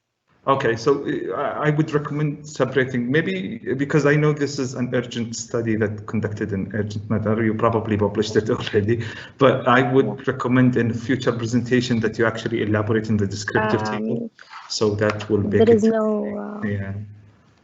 مو قاعدة أسمع قطع الصوت. Okay, I would recommend elaborating in the descriptive presentation, so it shows that they are a little bit correlated. Some of the groups, because in the presentation it seems they are independent, and that kind of lead us to different conclusion. Sorry, معلش قطع الصوت, I can't hear you. Is that Dr. Hind? Have you heard the question? Yeah, probably you might need to have elaborate on your results and findings and the discussion part in the future. Sorry, I couldn't hear you because يعني قطع الصوت عندي فما سمعت السؤال. ولا سمعتيني أنا كمان؟ الحين سمعت الجزء الأخير بس ما سمعت السؤال في البداية. سمعتي دكتور؟ No problem. No problem. Another thing, just a comment. Exclusion criteria has people who turned off their phone. Maybe due to this is a major limitation. It has to be stated. So if people actually discharge and died after discharge and their phone is off, which are a huge number, 233 patients. So yes, yeah, that's. But we didn't include those patients who turned their phone off, so we didn't do the analysis based on them. So. Yeah, this is what I think. I would do a sensitivity analysis just to check if they will change the result if we include them as death. We include them as death, all the patients who had turned their phone off, you mean? As a sensitivity analysis, just to see if the result will differ. Yeah, sure. Okay, thank you for the presentation. Thank you so much. Any other questions? يعطيك العافية, شكرا. الله يعافيك. Thank you, Rahaf. We would like to take the chance to thank Dr. Abdullah Thmairi for being with us today as a judge. I think this is the last session. Thank you so much. Dr. Hind, you will bear with us for the next one. Next speaker will be Dr. Hassa Al-Junaidil. She will present a presentation about development of inhalable non-structured lipid carrier for ciprofloxacin for non-cystic fibrosis bronchiectasis treatment. Dr. Hassa, can you share your slides? Assalamu alaikum. Yes, I will share it now. Please let me know when you see my screen. Okay.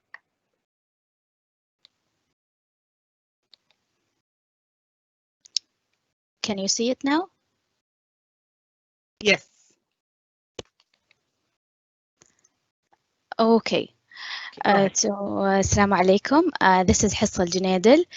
I'm a master degree holder for quality control of pharmaceutical products, and today I will share my graduation research of masters that is a development of inhalable non-structured lipid carriers for ciprofloxacin for non-cystic fibrosis bronchiectasis treatment. It was supervised by Dr. Al-Anud Al-Marshadi, and it's now under the process of publishing. The outlines today, I will cover the introduction, the objectives of the project, also the methodology, results, conclusion, and some future work plan.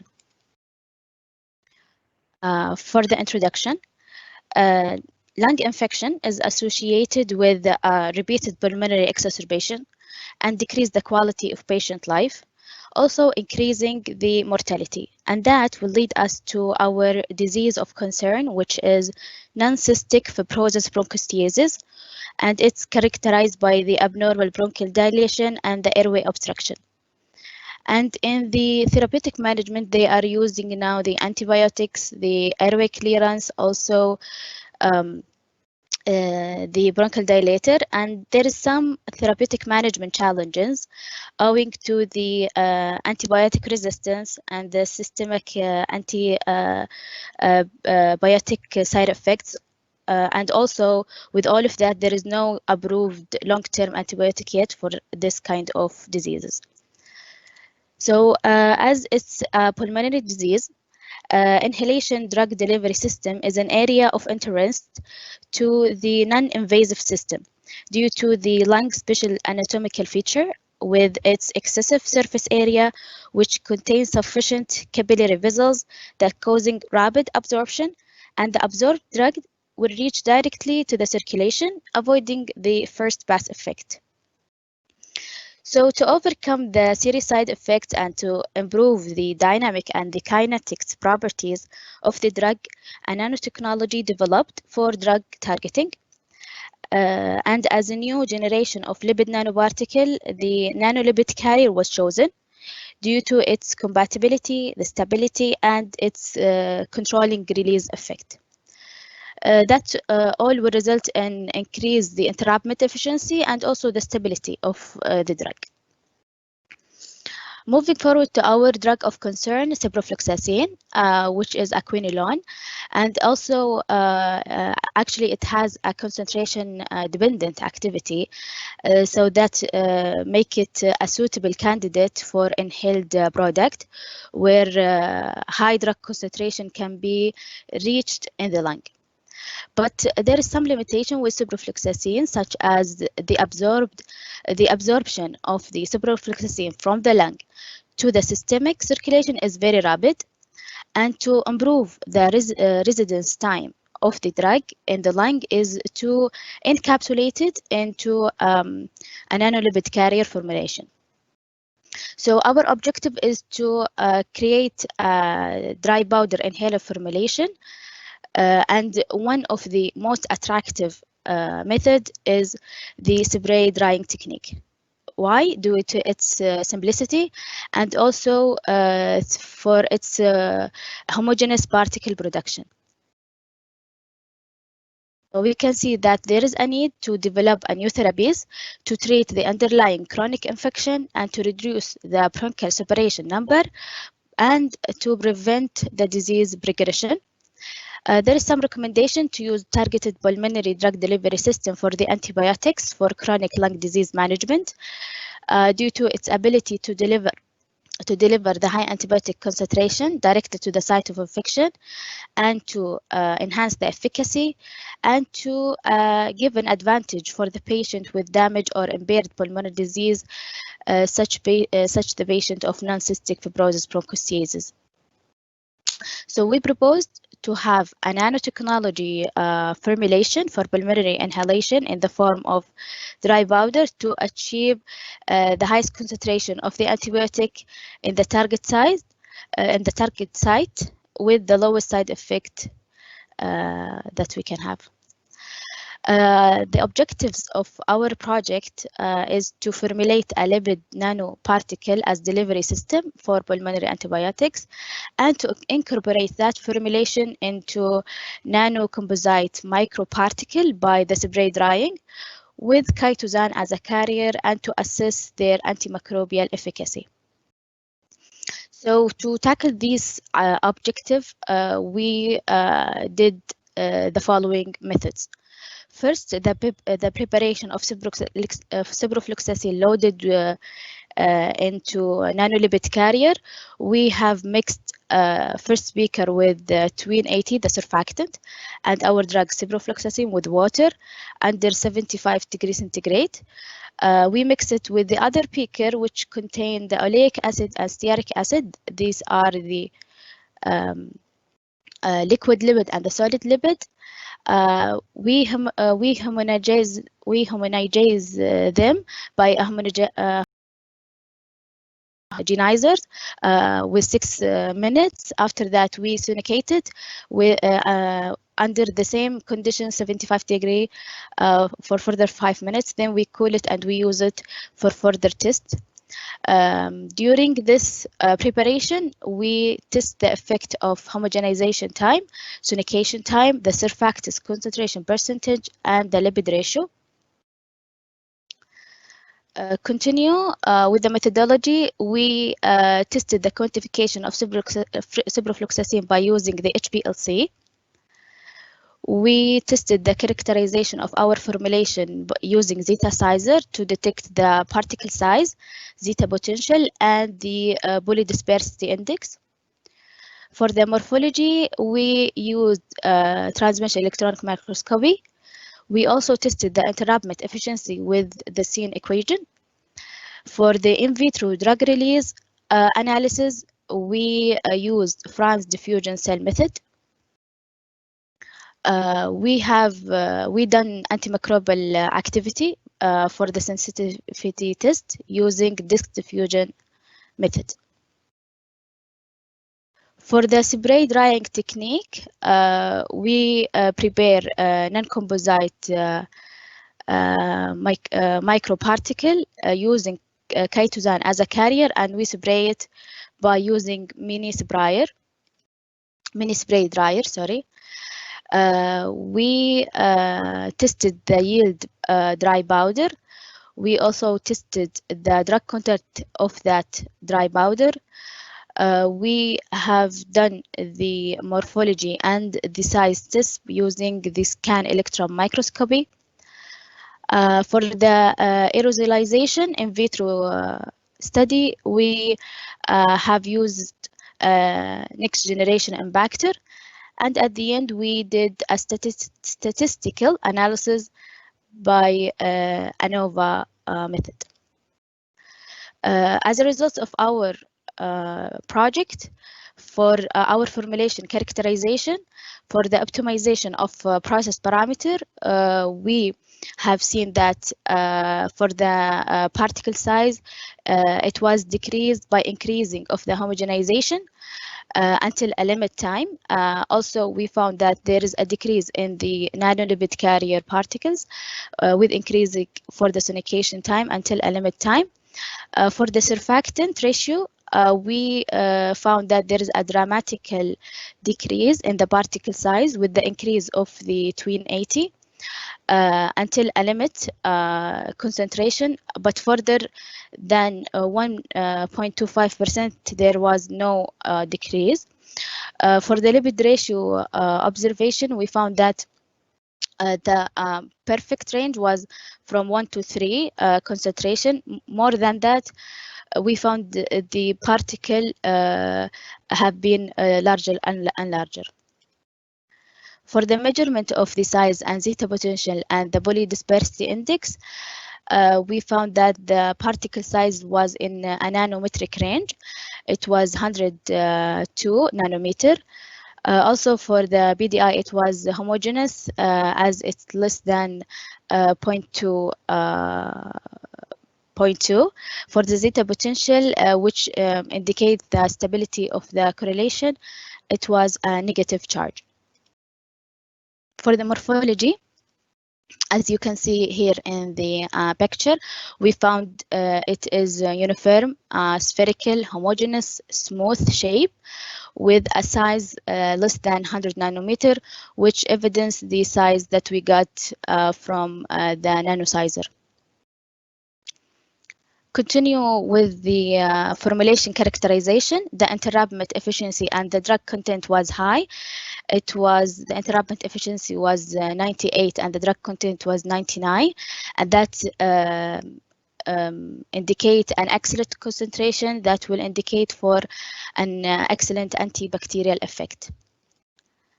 For the antimicrobial activity, we found that the growth of the inhibition in the first 30 minutes was increased with the increase of amount that diffused from the drug from the nanolipid carrier.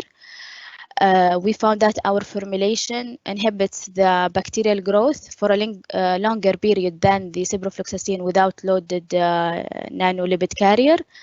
And that means our formulation have a superior antibacterial activity. For the in vitro release, by using Brand's cell diffusion, I will explain it more in the next slide.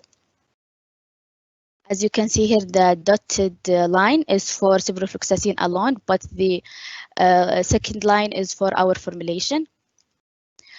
Within the 4 hours, our formulation was almost 50%, but the ciprofloxacin alone was reaching in the first 4 hours almost 90.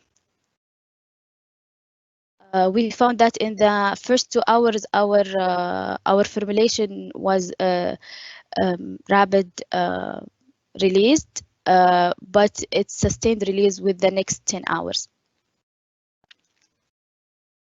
And the model, it was Higoshi. For the result of the spray dry powder, for the characterization, for the drug content and the yield, the drug content was high between 92 and 95.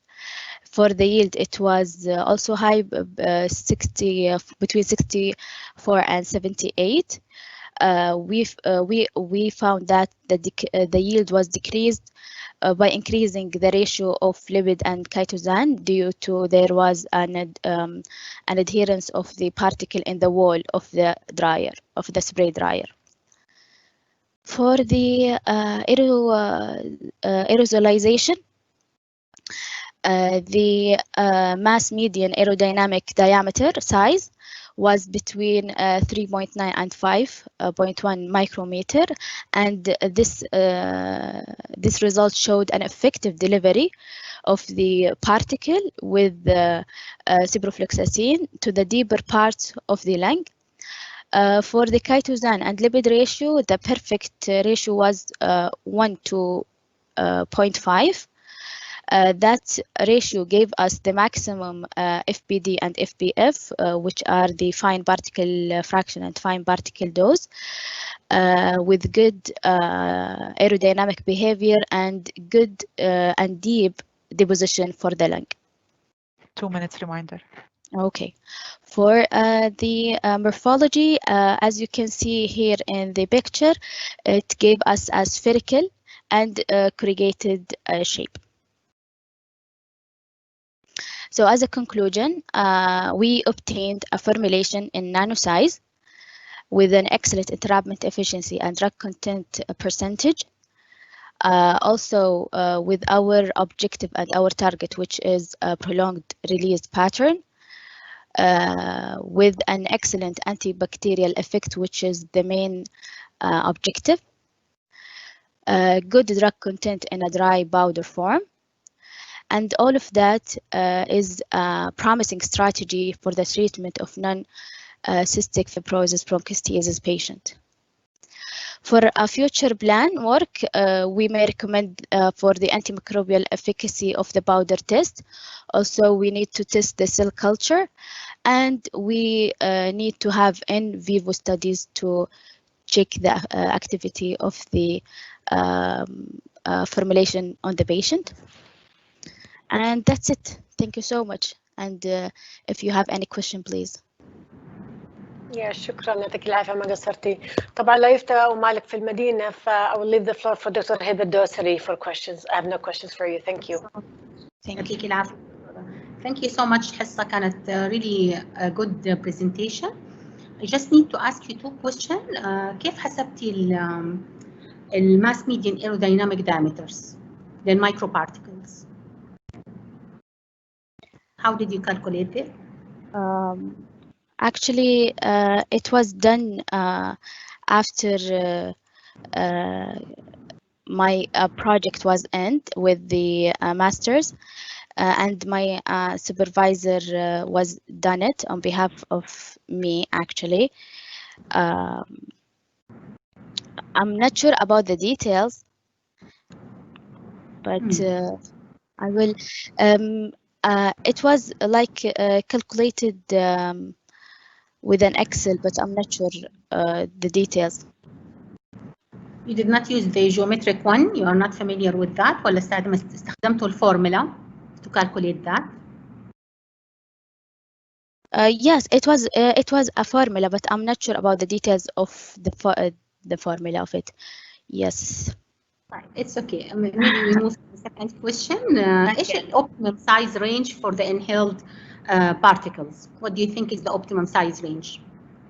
For the it was for the, you mean the nanocomposite? Particle, any inhaled particle. You use dry powder, right? Exactly. Yes. What do you expect إنه حيكون الoptimum size for the inhaled dry particles? It should be less than 5 micrometer. Yes. And what we got is 3.5 until 5. Okay. If it's larger than 5, what will happen? It will not give a good composite, and it will not reach deeper part of the lung. Will have an impact on the oropharynx. Exactly. Thank you, my dear. شكرا جزيلا. Thank you so much for your questions. So, is there any questions? You should be good to go. Thank you. Thank you so much. Thank you. Thank you. Thank you, Dr. Hassa. Thank you for the judges. The next presentation will be presented by Dr. Fatma Ba'akhdar, effect of histone decalase inhibitor vorinostat on new onset diabetes after transplantation induced by treatment with tacrolimus. Dr. Fatma, if you can share your slides. Assalamu alaikum. Alaikum salam wa rahmatullah. Okay, wait a minute.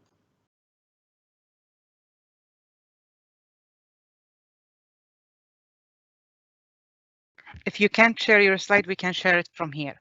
Just let us know. Do you see my screen? Not yet. Yes, now yes. Now yes, okay. Wait. Now? Yes. Do you okay, see go ahead. slide? Yes, go ahead. Okay. Assalamu alaikum wa rahmatullahi wa barakatuh. My name is Fatma Ba'akhdar. I'm pharmacist and demonstrator in pharmacology department in pharmacy college at Qura University. I have a master's degree in pharmacology, special in organ transplantation drug. Are you hear me? Yes, we do. Go ahead, please. Thank you. Okay.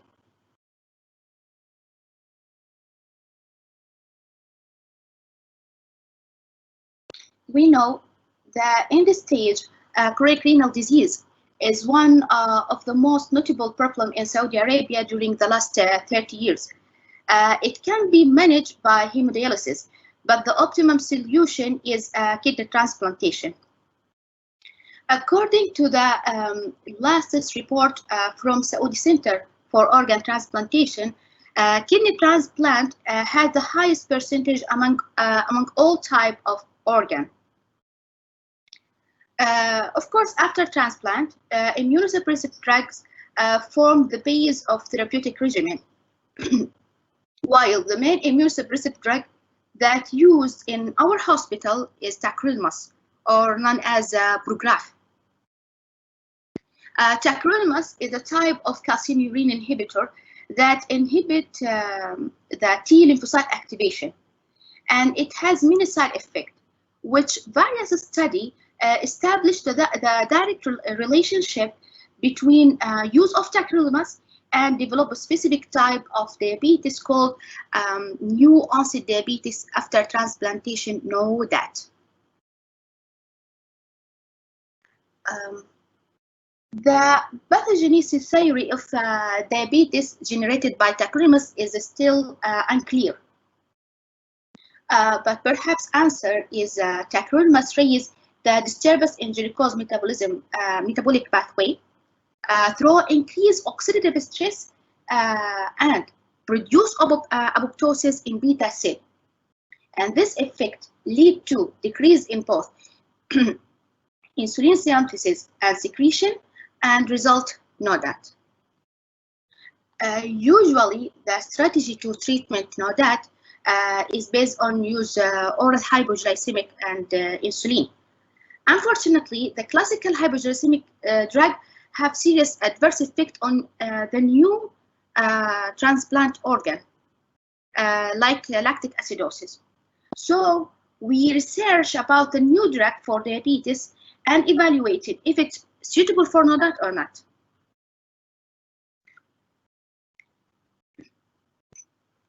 The new treatment field is histone deacetylase inhibitor. One of them is vorinostat, which discovered firstly as potent anti-cancer with a high dose. Then, clinical trial detect that low dose of vorinostat act as anti-inflammatory and targeting for wide area disease like diabetes mellitus. Now, how can vorinostat act to treat diabetes? We know histone deacetylase enzyme produce sequence that lead to inflammation, oxidative stress, and apoptosis, while vorinostat targeting and inhibit this sequence, and it promotes the secretion of insulin, recovery resistance of insulin, so we can treat diabetes. Right now, what is the significance of study? This study is the first study focused on effectiveness and safety of vorinostat on the NODAT animal model. On other hand, it's aimed to investigate the possible novel therapeutic target for NODAT. And these are the objectives of study: identification of therapeutic effect of vorinostat, investigate the mechanism of action of hypoglycemic effect of vorinostat, and finally, evaluate safety on kidney.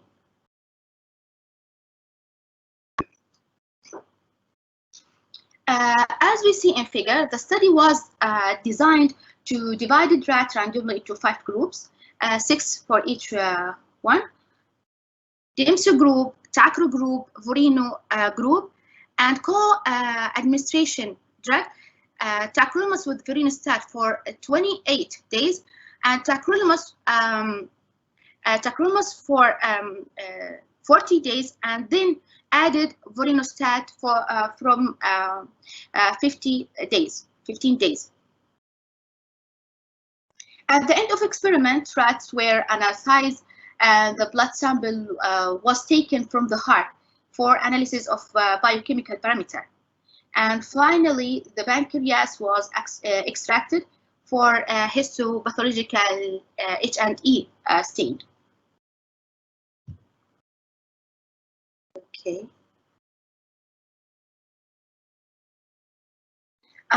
This study is conducted to examine the possible therapeutic and preventive effect of vorinostat in NODAT induced by tacrolimus. Okay, first, we assess the hyperglycemia parameter to confirm if vorinostat improve them or not. At the beginning, the random glucose serum significantly increased the diabetic level threefold in tacrolimus group, and remarkably, TV14 significantly decreased to non-diabetic level. Moreover, tacrolimus administration of tacrolimus caused a significant decrease up to 90% in insulin serum, while the co-administration group increased insulin that appear non-significant differences with control. In conclusion, hyperglycemia induced by tacrolimus was associated with a hypoinsulinemia, which suggests that tacrolimus induced type 1 diabetes. Notably, vorinostat alone had no effect on all hyperglycemia parameters compared to the control.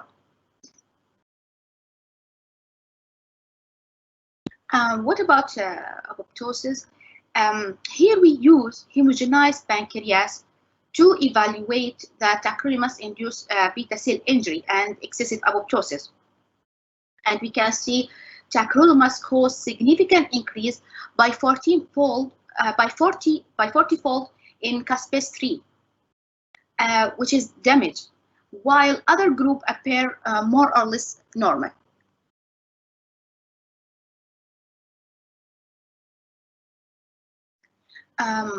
Oxidative stress plays a key role in apoptosis and development of diabetes.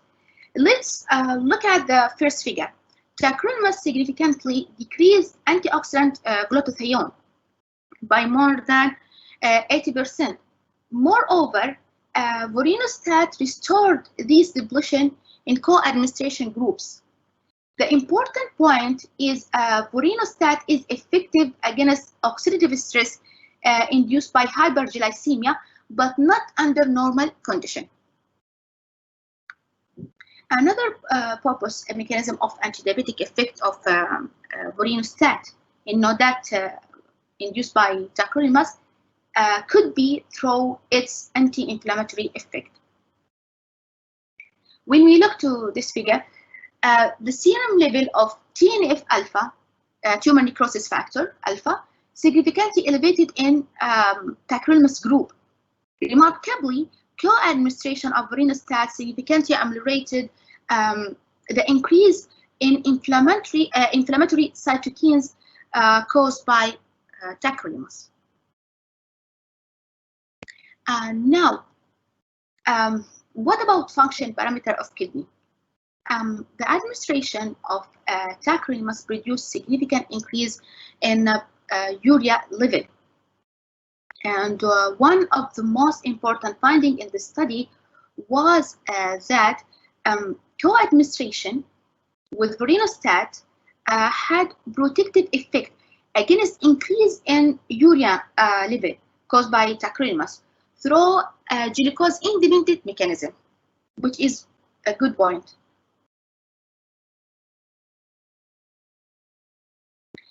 Okay, tacrolimus induced decrease in serum insulin. We say this, but it could be caused by reduction of pancreas or pancreatic islets size, rather than insulin secretory dysfunction, as confirmed by pancreas histopathological result.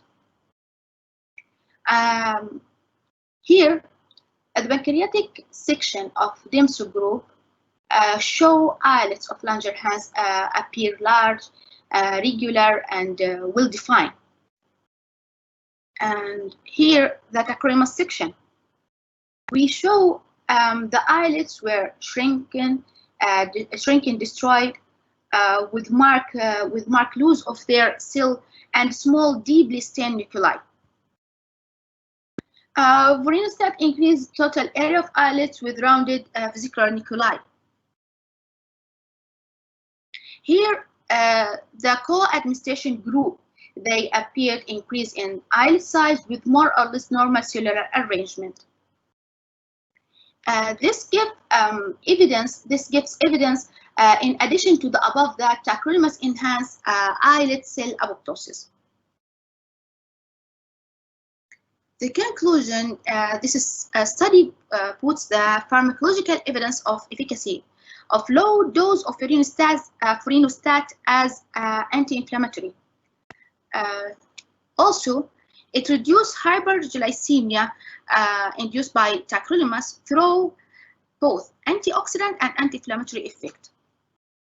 Finally, it protects renal function. So this finding may provide rationale to use vorinostat in renal transplanted patient with a tacrolimus-induced NODAT. And thank you. Any question? Well, thank you so much. Very, very interesting research. I mean, primary research. That's actually wonderful. I have two questions, please, if Dr. Heba allow me. The first one is that I know you got bioethics approval, but how much do you know about animal the ethics of animal testing? I take ethical approval from community in King Abdulaziz University. About the animal, do they have a special part for animals, animal testing? Yeah. Okay, so how much do you know about this? Mm-hmm. Do you know exactly what you should do or should not while you're actually using the animal for your testing? Yeah. يعني قد ما بنقدر بنعمل decrease في السايز of في الانيمال سايز بنقلل قد ما بنقدر، لانه الايثيكال اهم حاجه نحن we can use the animal as we can take the benefit. يعني قد ما بنقدر في الحد المسموح له. في الغالب 6 اكثر من كده لا. يعني 6 حيوانات ولا 6 اجزاء من لا 6 animal for each group. More than 6 it's unethical. طب ايش ذنب ال6 طيب مساكين يروحون ضحيه لبني ادم. My other question is that I still find that it helps, you know, with to reduce the toxicity of tacrolimus, but what about the side effects of the Voristat?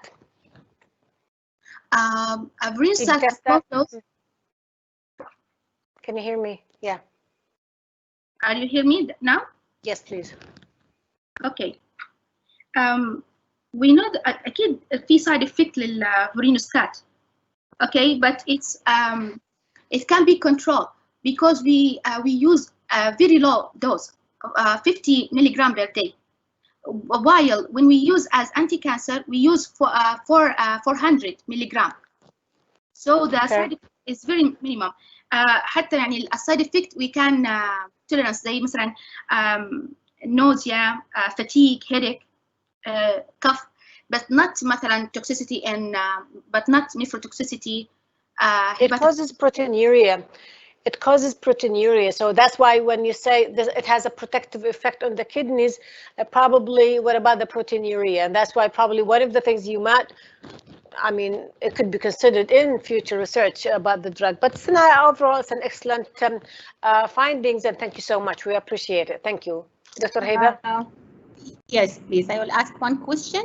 Fatma, how did you choose the sample size of the rats? Okay, yeah, يعني ماني فاهمة ليه بتسأل عن sample of size يعني؟ ما فهمت. size ليه؟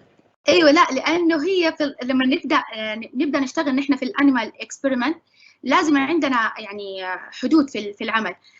أول حاجة نعمل بايلوت ستدي. في البايلوت ستدي نحن حناخذ على الأقل 3 رات. أول شيء حنبدأ نجرب. إذا مش الحال معاهم و still leave without يعني مثلا inflammation ما عندهم أي مشاكل كملوا معانا لآخر شيء لين عملنا لهم مثلا أنستيزيا وخلاص وخلاص وعملنا sample يعني extract from the heart. إذا هم مشوا معانا تمام نبدأ ديك الساعة ننتقل للمرحلة الثانية اللي هو الإكسبيرمنت الحقيقي من البايلوت ستدي نبدأ للإكسبيرمنتال. هنا حناخد فقط 6 ما نقدر ابدا نزود عن كده أنا أول شيء من الناحية الإيكونوميك يعني حيكلف. ثاني حاجة إيثيكال، يعني ما أقدر حرام يعني همسك يعني يا دوب الستة هذا حيعطونا الإفكت. بعد كده هعمل كولكت عشان لما نبدأ نعمل ناخذ الريزلت، أنا حمر عليهم الستة وأشوف يعني أعمل افريج منهم. مو معقول آخذ 3 وأعمل افريج، ما حيطلع شيء. ولا آخذ كمان 12 ولا 15 يعني لجروب واحد، كثير مرة كثير، يعني حرام. هو كان سؤال علشان الاستدي كلها كانت it's based on statistical analysis, so that's why I was asking how did you choose the sample size of the rats. اوكي. طيب ممكن تقولي لي ايش الايم كان of البونفيروني تيست after الانوفا؟